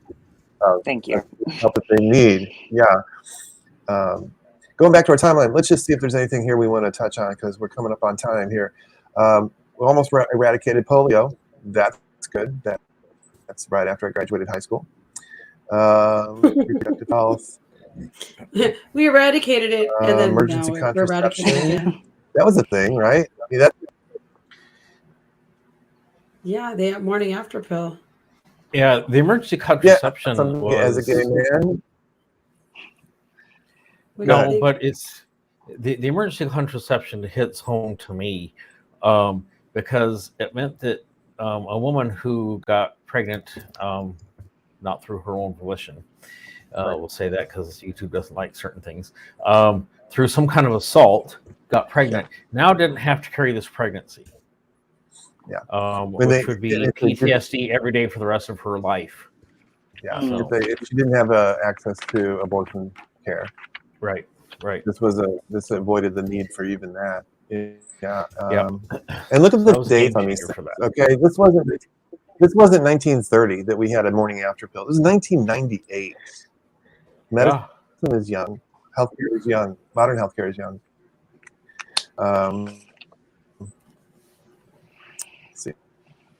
I put in the comments too to just remember when you go to your provider, right? Because we all, as you get older, it's just going to be too much to recite verbally. Bring it in a list. Bring your medication list. Bring your healthcare proxy if you have a copy. Everything, all of your diagnosis, a list of your medications, all of your providers, any recent diagnostic tests, mammograms, colonoscopy, pelvic exams, whatever it might be. Have all that and you can bring it in and then your provider can scan it in the medical record. That is the best thing I can suggest to folks is bring a copy for them to scan in the record and make sure that they understand what are you currently taking. You may have prescriptions for medications, but are you actually taking those medications? Who prescribed them? And for you to state to your provider why you believe you are taking those medications. That's very important. Why do you believe you're taking those medications? Not, oh, it's for my heart. Right. Well, and it also may give insight as to why they were prescribed, because you can, there are many uses for different medications. So, and it could be, you get 2 to 3 different doctors prescribing cardiac meds, right? And sometimes they're in synchronicity and sometimes they're in opposing forces. So those are just really basic. So, do all those and you'll be in better shape than most people. We had child mortality decline, although I think it was probably declining over a long shame maternal mortality can't decline. Yeah, maternal mortality, number one cause of female death in the world for 5 million years straight, right? I mean, other than I think there were a couple years. I don't want to go into the whole abortion issue, but I do want to say that I was shocked to hear the risk for death from an abortion is this number, and it's 12 times as much for actual childbirth. Childbirth that may not be the right number, but it's much. Yeah, childbirth is dangerous. It is. You're tracks that. Producing a whole new human being. I cannot imagine. Yeah, not always in really clean environments, not always, with the proper care and or even planning, girls giving birth, right? We're talking, girls who may be underdeveloped to even, be Their physically developed to have a baby safely. Right. I didn't realize this, though. This was a huge milestone. 2015, it says Cuba becomes the first country of the world to receive validation that it's eliminated mother-to-child transmission of HIV and syphilis. That's a thing. I wonder how they did that. I wonder. Yeah, I didn't know just that getting all the pregnant women on antiretroviral therapy as soon as possible. If not before they were pregnant, then as soon as they find out they are pregnant, imagine. To decrease that risk. That's amazing. But they have a robust healthcare system. Pregnancy and childbirth is not something gay men think about. And so the gay men who got AIDS, they're not thinking about passing it to unborn, to fetuses. But hey, guess what? Women get it too. People with uteruses get it. And if they get pregnant, that is a risk. And I'm sure something that was very important to a lot of people. So that's. Well, we're also talking about Cuba, where homosexuality is illegal. Not all that long ago. Frowned upon, highly frowned upon. So the number of men on the down low is pretty high, as we say, right? So the number of men having sex with men who are then married, extremely high. It is not a. Let's see. I'm just scanning this. Forget.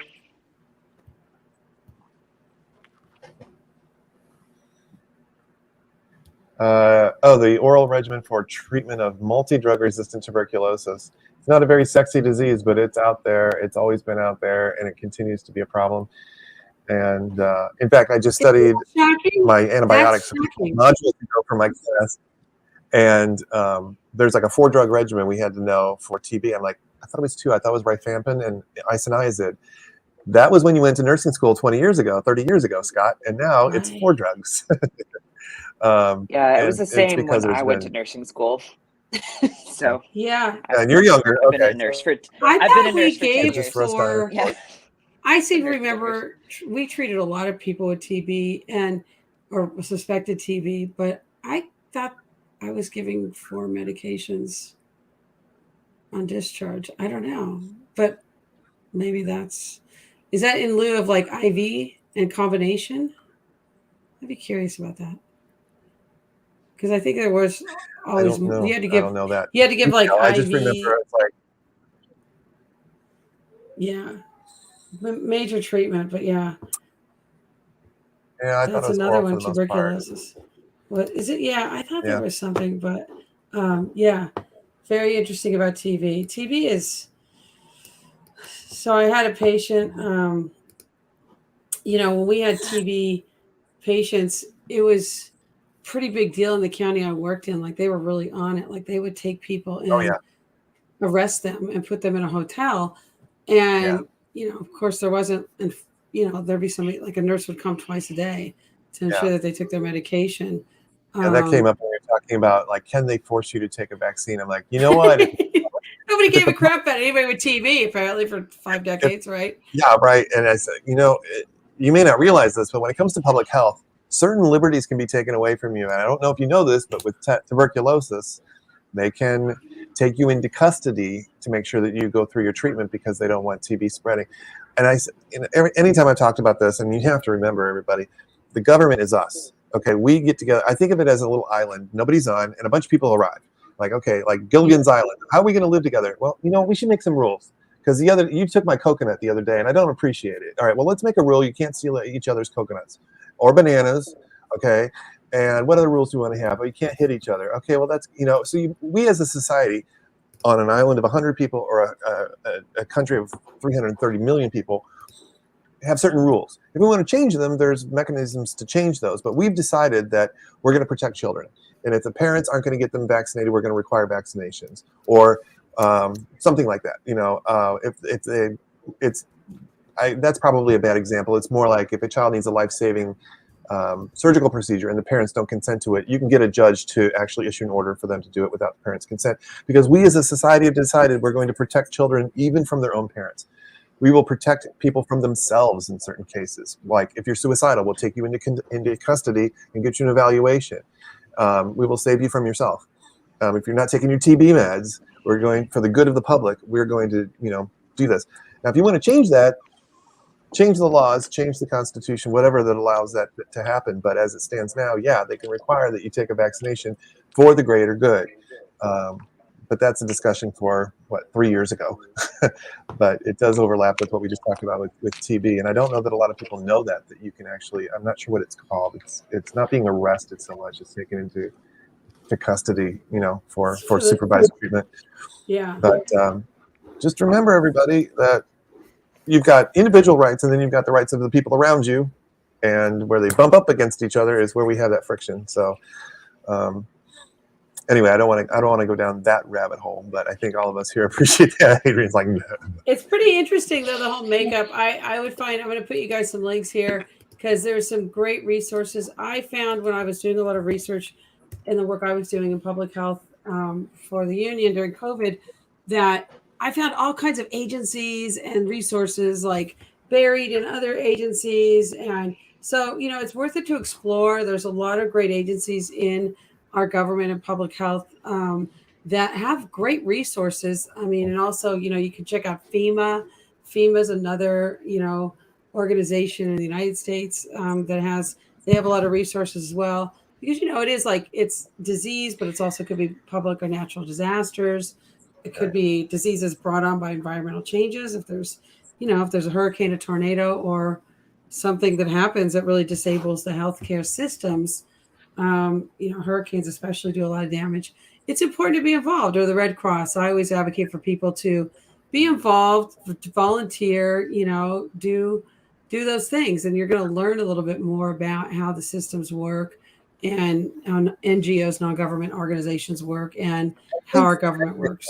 I think technically I'm an American Red Cross nurse. I enrolled when I was a nursing student because I was volunteering with their blood drives and all that. I have my little pin somewhere in a box. I just want to ask, as we start to wrap this up really quickly, in your own career, not the history of medicine or Western medicine or modern medicine, but just in your own career, can you think of something that was kind of a game changer or really welcome? And it could be like a new product, could be a new medicine, it could be a new procedure, a new policy, a new law, regulation. Pure Wicks. I love a Pure Wick. Look at my comment. Tell us what that is. We can eradicate polio. Don't care. We got a Pure Wick. No, I don't care. Yes. Oh my gosh, Adrian. Yes. Okay, so a Pure Wick is basically like a external catheter that for women. So it has a strip like this that's made out of a cotton like fabric, and it wicks the urine, it's attached to suction at the wall. And so it will literally, it sits between the pubic bone on the bottom and then on the top. And then it literally just has low suction going on. And so when they go, it is sucked straight to the wall. And so you don't have to have any infection disease. You don't have to have urine everywhere. You don't have to, you can make sure that if the patient has any breakdown of their coccyx or anything like that, all of those dressings don't have to be changed every 5 seconds. You know, it is a real game changer for ICU nurses everywhere. Wow. I love them. It's all amazing. Inpatient. Yeah. It's and because you don't get that deterioration of the skin as well, the skin breakdown, it's a big, because you've and got for that men, suction. there's always been the Texas catheter, a condom catheter that goes over the penis with a tube that they just pee into that and it drains it away. It doesn't get all over the skin. But women, obviously, that anatomy requires a different design of that's great. When did that come out? Do you know? It came out about 4 years ago. Really recently. Yeah, 2018. Yeah. And a nurse invented it too. It's a nurse invention. It was invented by a nurse. Yeah. Very, very resourceful things. Like I was like, I really think that would win for everybody if you work inpatient. If you work inpatient. Which are not Medicaid or Medicare covered, so you cannot use them at home, which sucks. Yeah. But they sell. What do you think, Chad? Everything in your wheelhouse that's changed, a game changer over your career? Yeah. So 2 things, actually. Once upon a time, every time a woman would come in for labor, it was routine to cut an episiotomy. Episiotomy is just considered good medicine. Now, we don't cut episiotomies very often anymore. Sometimes we do. I've only cut a few in my career. We just kind of let you tear. I will cut an episiotomy if I can see that you're going to tear and I want to give the episiotomy someplace to go.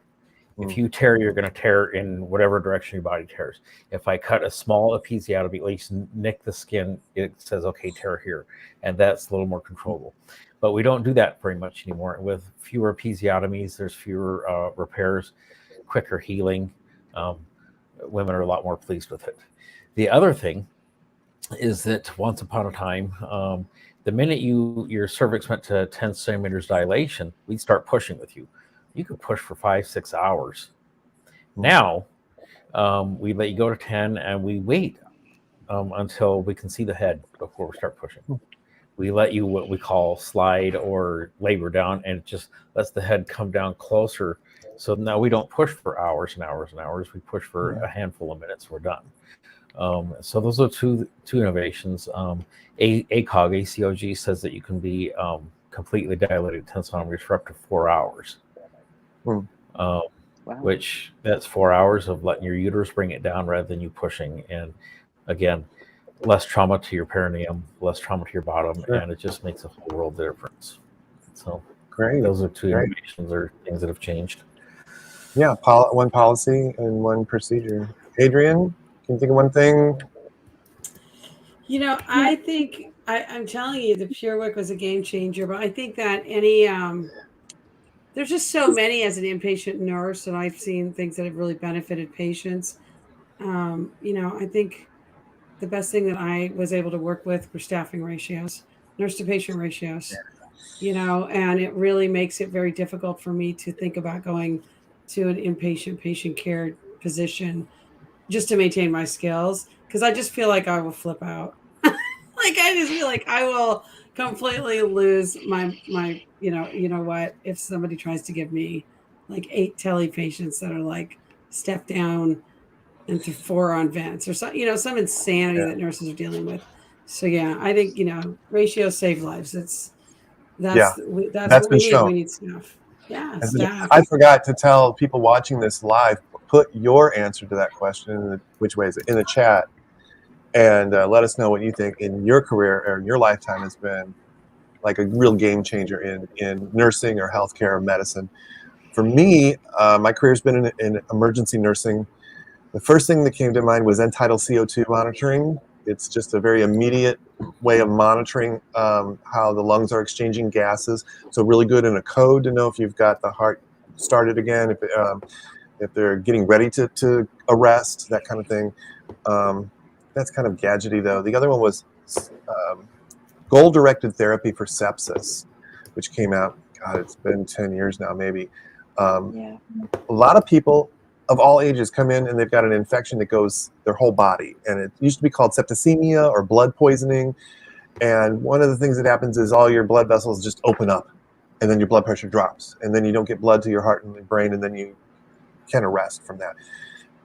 They found that as soon as they can identify people at risk for this, and there's a screening that they do. I actually screened in when I went in for my first time with breathing, because my heart rate was elevated and I had a slight fever or whatever it was.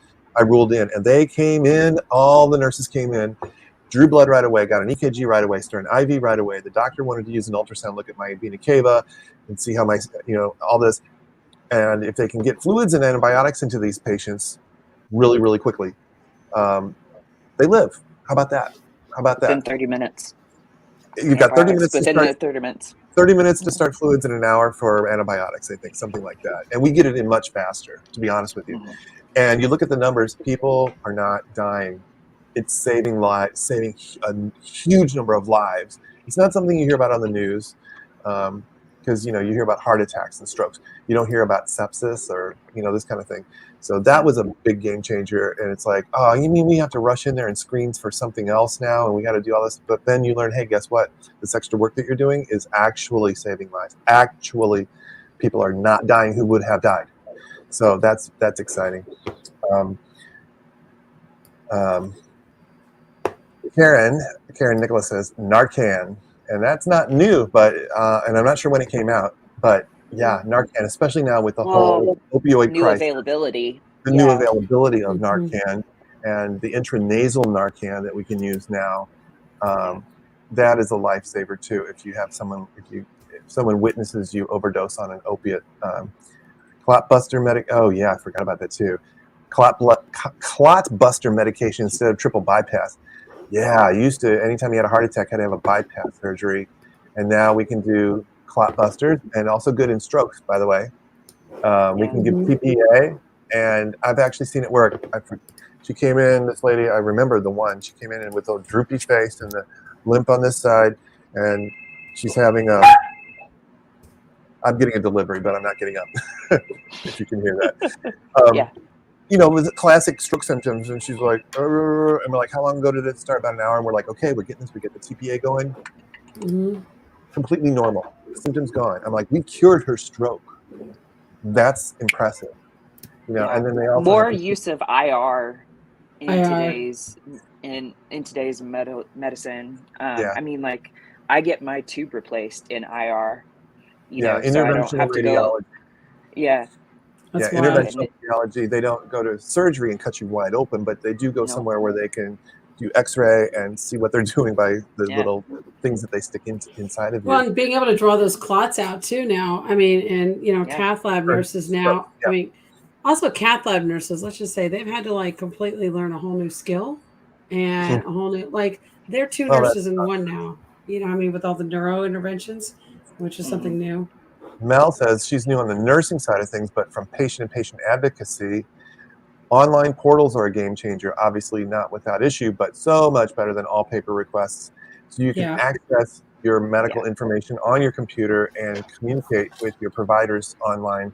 I agree. I use mine all the time, and not every provider does. I love reading the notes. I just read mine from the other day too. And I told my doctor, I said, by the way, I read your notes and sometimes I find errors. So you said I don't have that. She goes, oh no, what I meant was this. And she goes, but that's good. Let me know if I make a mistake. I was telling her I get these symptoms, this fatigue that I was talking about. Mm-hmm. I said, it's like depression without the emotional. It's like the physical part of depression. When you just have no energy and your body just kind of aches. Chronic fatigue is really common with EDS. Brain fog. And I'm not sad. It's part of the dysautonomia. Not sad, I'm not depressed, but I was trying to describe my symptoms, but it's only the physical part. So in her note, she said, he says he's sad, but not suicidal. I'm like, no, I said I wasn't sad. So little things like that. You should do important, but it is fun to read. Part of the HIPAA law is you can request to have changes in your medical record. You can. And challenge. I go back to my doctor. She can change something. Because sometimes this is really important to correct these things, because you may go for a job that you're not thinking you're going to take now, but they might do a security clearance check, and that could disqualify you from a security clearance check job, like with the federal government or a contractor or on a military base. You have to have a clearance. Yeah. So it's always good because then that will be a stop of pause and questioning on a security clearance for sure. That's true. So For some anything people, emotional. For me, it's trivial. But then people, it could you be never very, know. Maybe the federal government, the military base, is going to pay you $250,000, and you're like, that's $100,000 more than I'm making. You know, they pay really good actually, and they use a lot of NPs, and the VA system also. You have to have a security. Infinite Mind joins us a lot. Hey. So PCR. Yeah. Tell me what PCR stands for. It's not registering. PCR, like if you were doing a stat by the bedside for like a lactate level, like a lactic level. Oh, you mean like point of care testing? Yes. Okay. Yeah. Oh, yeah. Yeah. Yeah. And great for providers at difficult positions. Oh, you know what I just thought of, which is brand new. And I'm trying to think because just because it's new doesn't mean it's more important than something that came out 20 years ago, like goal-directed therapy for sepsis. But something that just came out are these continuous glucose monitors, which I think is amazing. You can just pick up your phone and go, oh, yeah, you know, it'll alert you. Dexacoms. Dexacoms and the other one. And now I think they're actually connecting them to insulin pumps. To me, that sounds like an artificial pancreas. If it can detect your blood sugar and deliver insulin accordingly, to me, that's an artificial pancreas. You know, so I'm going to be learning about this. I have a test next Tuesday on diabetic medications and management of diabetes. We didn't talk about it because it's a new technology, but I look forward to hearing about it and learning more because it's always been, haven't we all felt, I don't think any of us here are diabetics, felt sorry for diabetics. They've always got to like prick their fingers. They got to test it before every meal, and then they got to do the insulin thing. And no one likes to give themselves shots. And you're just always thinking about your exercise and what you eat and all that. What a miserable existence. They're strong, brave people, and they do learn to live with that. We all learn to live with our limitations. But wouldn't it be great if those people didn't have to do that anymore? And I think this, from what I've heard so far, may be a game changer for those folks. And isn't that wonderful to not have to do that? Yeah, for sure. I think some of the longer acting, like I think that the technology coming up will be more implantables, more long term. I mean, look, we need to have like some level of like even psych meds and some things that, you know, can last or have a little bit longer lasting effect. Yeah, especially for psych meds, right? For people who won't necessarily take a medicine every day because they don't have the wherewithal necessarily. The non-compliance. Yeah, or non-adherence. No, we don't say compliance anymore. Right. Compliance. To be politically correct, okay. All right. Yeah. Yeah. Police. No, they're not adherent. And then, in their defense, they're not able to. They're not thinking clearly, or they, you know, whatever, don't understand always. So yeah, if we can give them something long-acting, that would. And I think also like hallucinogens are going to be, you know, like we're already seeing like the psilocybins and that use. I think that's also going to be really emerging. Yeah, I think it's going to continue to emerge. Chad, didn't you ask me about that the other day about the? Yeah, we did have a talk about that. Yeah. Yeah. I think in different states. I mean, these are the weird things in my mind because of, you know, kind of other things going on politically in this country. I'm like, so everybody's okay with that. You know, like, right? Like, it's like, okay, great. You know, everybody's okay with smoking pot. All right, great. Well, you know, it's once you as an adult realize the world does not make sense, your life becomes a lot easier. And the world doesn't make sense, especially in a country that says you can't, you know, smoking cigarettes is bad. We're going to highly regulate that. You want to take these hallucinogens we'll approve the research for that. Alcohol, which completely ruins your liver and your life and all that, completely legal. I mean, if we were banning drugs based on their actual and nationalized, we would have no alcohol. But we tried that once. It's called prohibition, and it didn't work. But blue laws is another thing. Blue laws are another thing I was like keenly aware of. So Scott, in most of the United States, the private sector doesn't actually sell alcohol. This is another interesting thing where it's actually like socialized alcohol. I don't know what to call it, like state owned. Yeah, they've like repealed it. In Virginia, it's like there's 300 outlets or something. Like it's a big deal if a new outlet opens up and it's like 600 million in tax dollars. All the profit goes back to the government, but it's crazy. Like when you leave California. And on the other side, it's culturally, alcohol is part of the culture. It's like telling the French not to drink wine.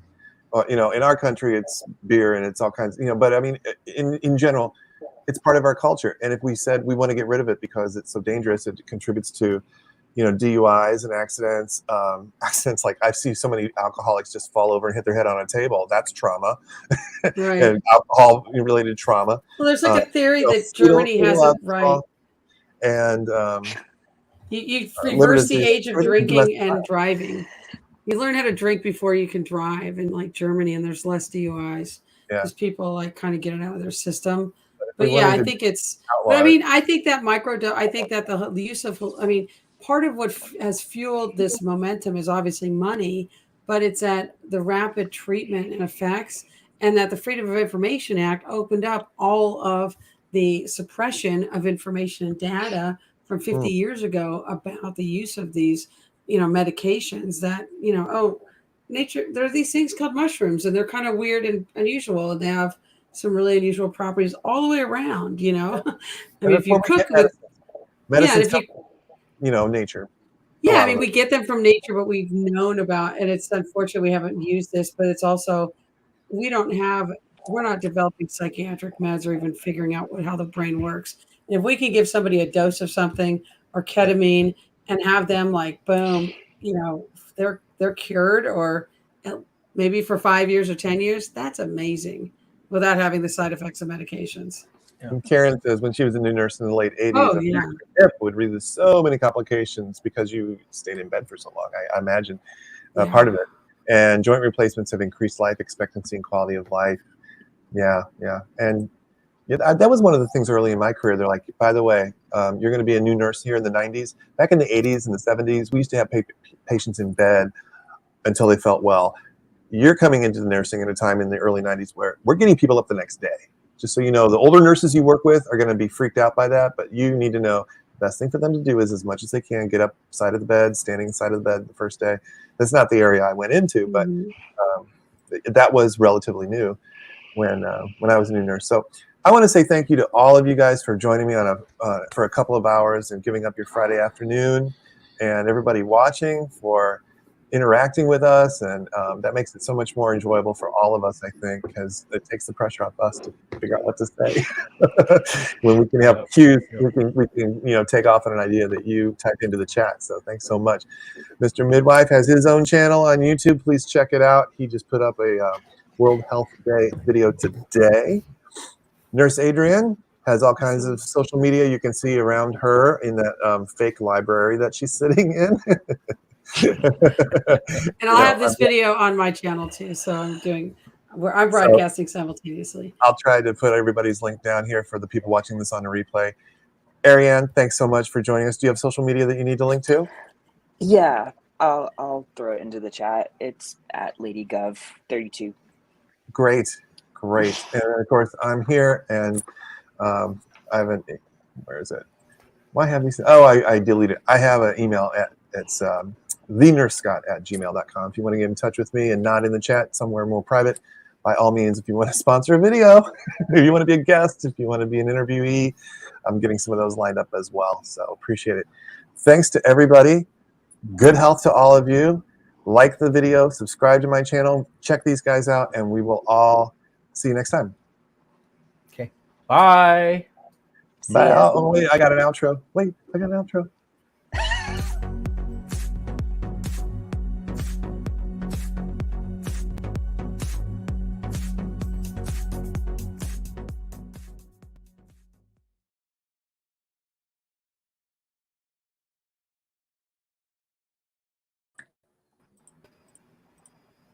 Hi guys, thank you so much. You're still live, Scott.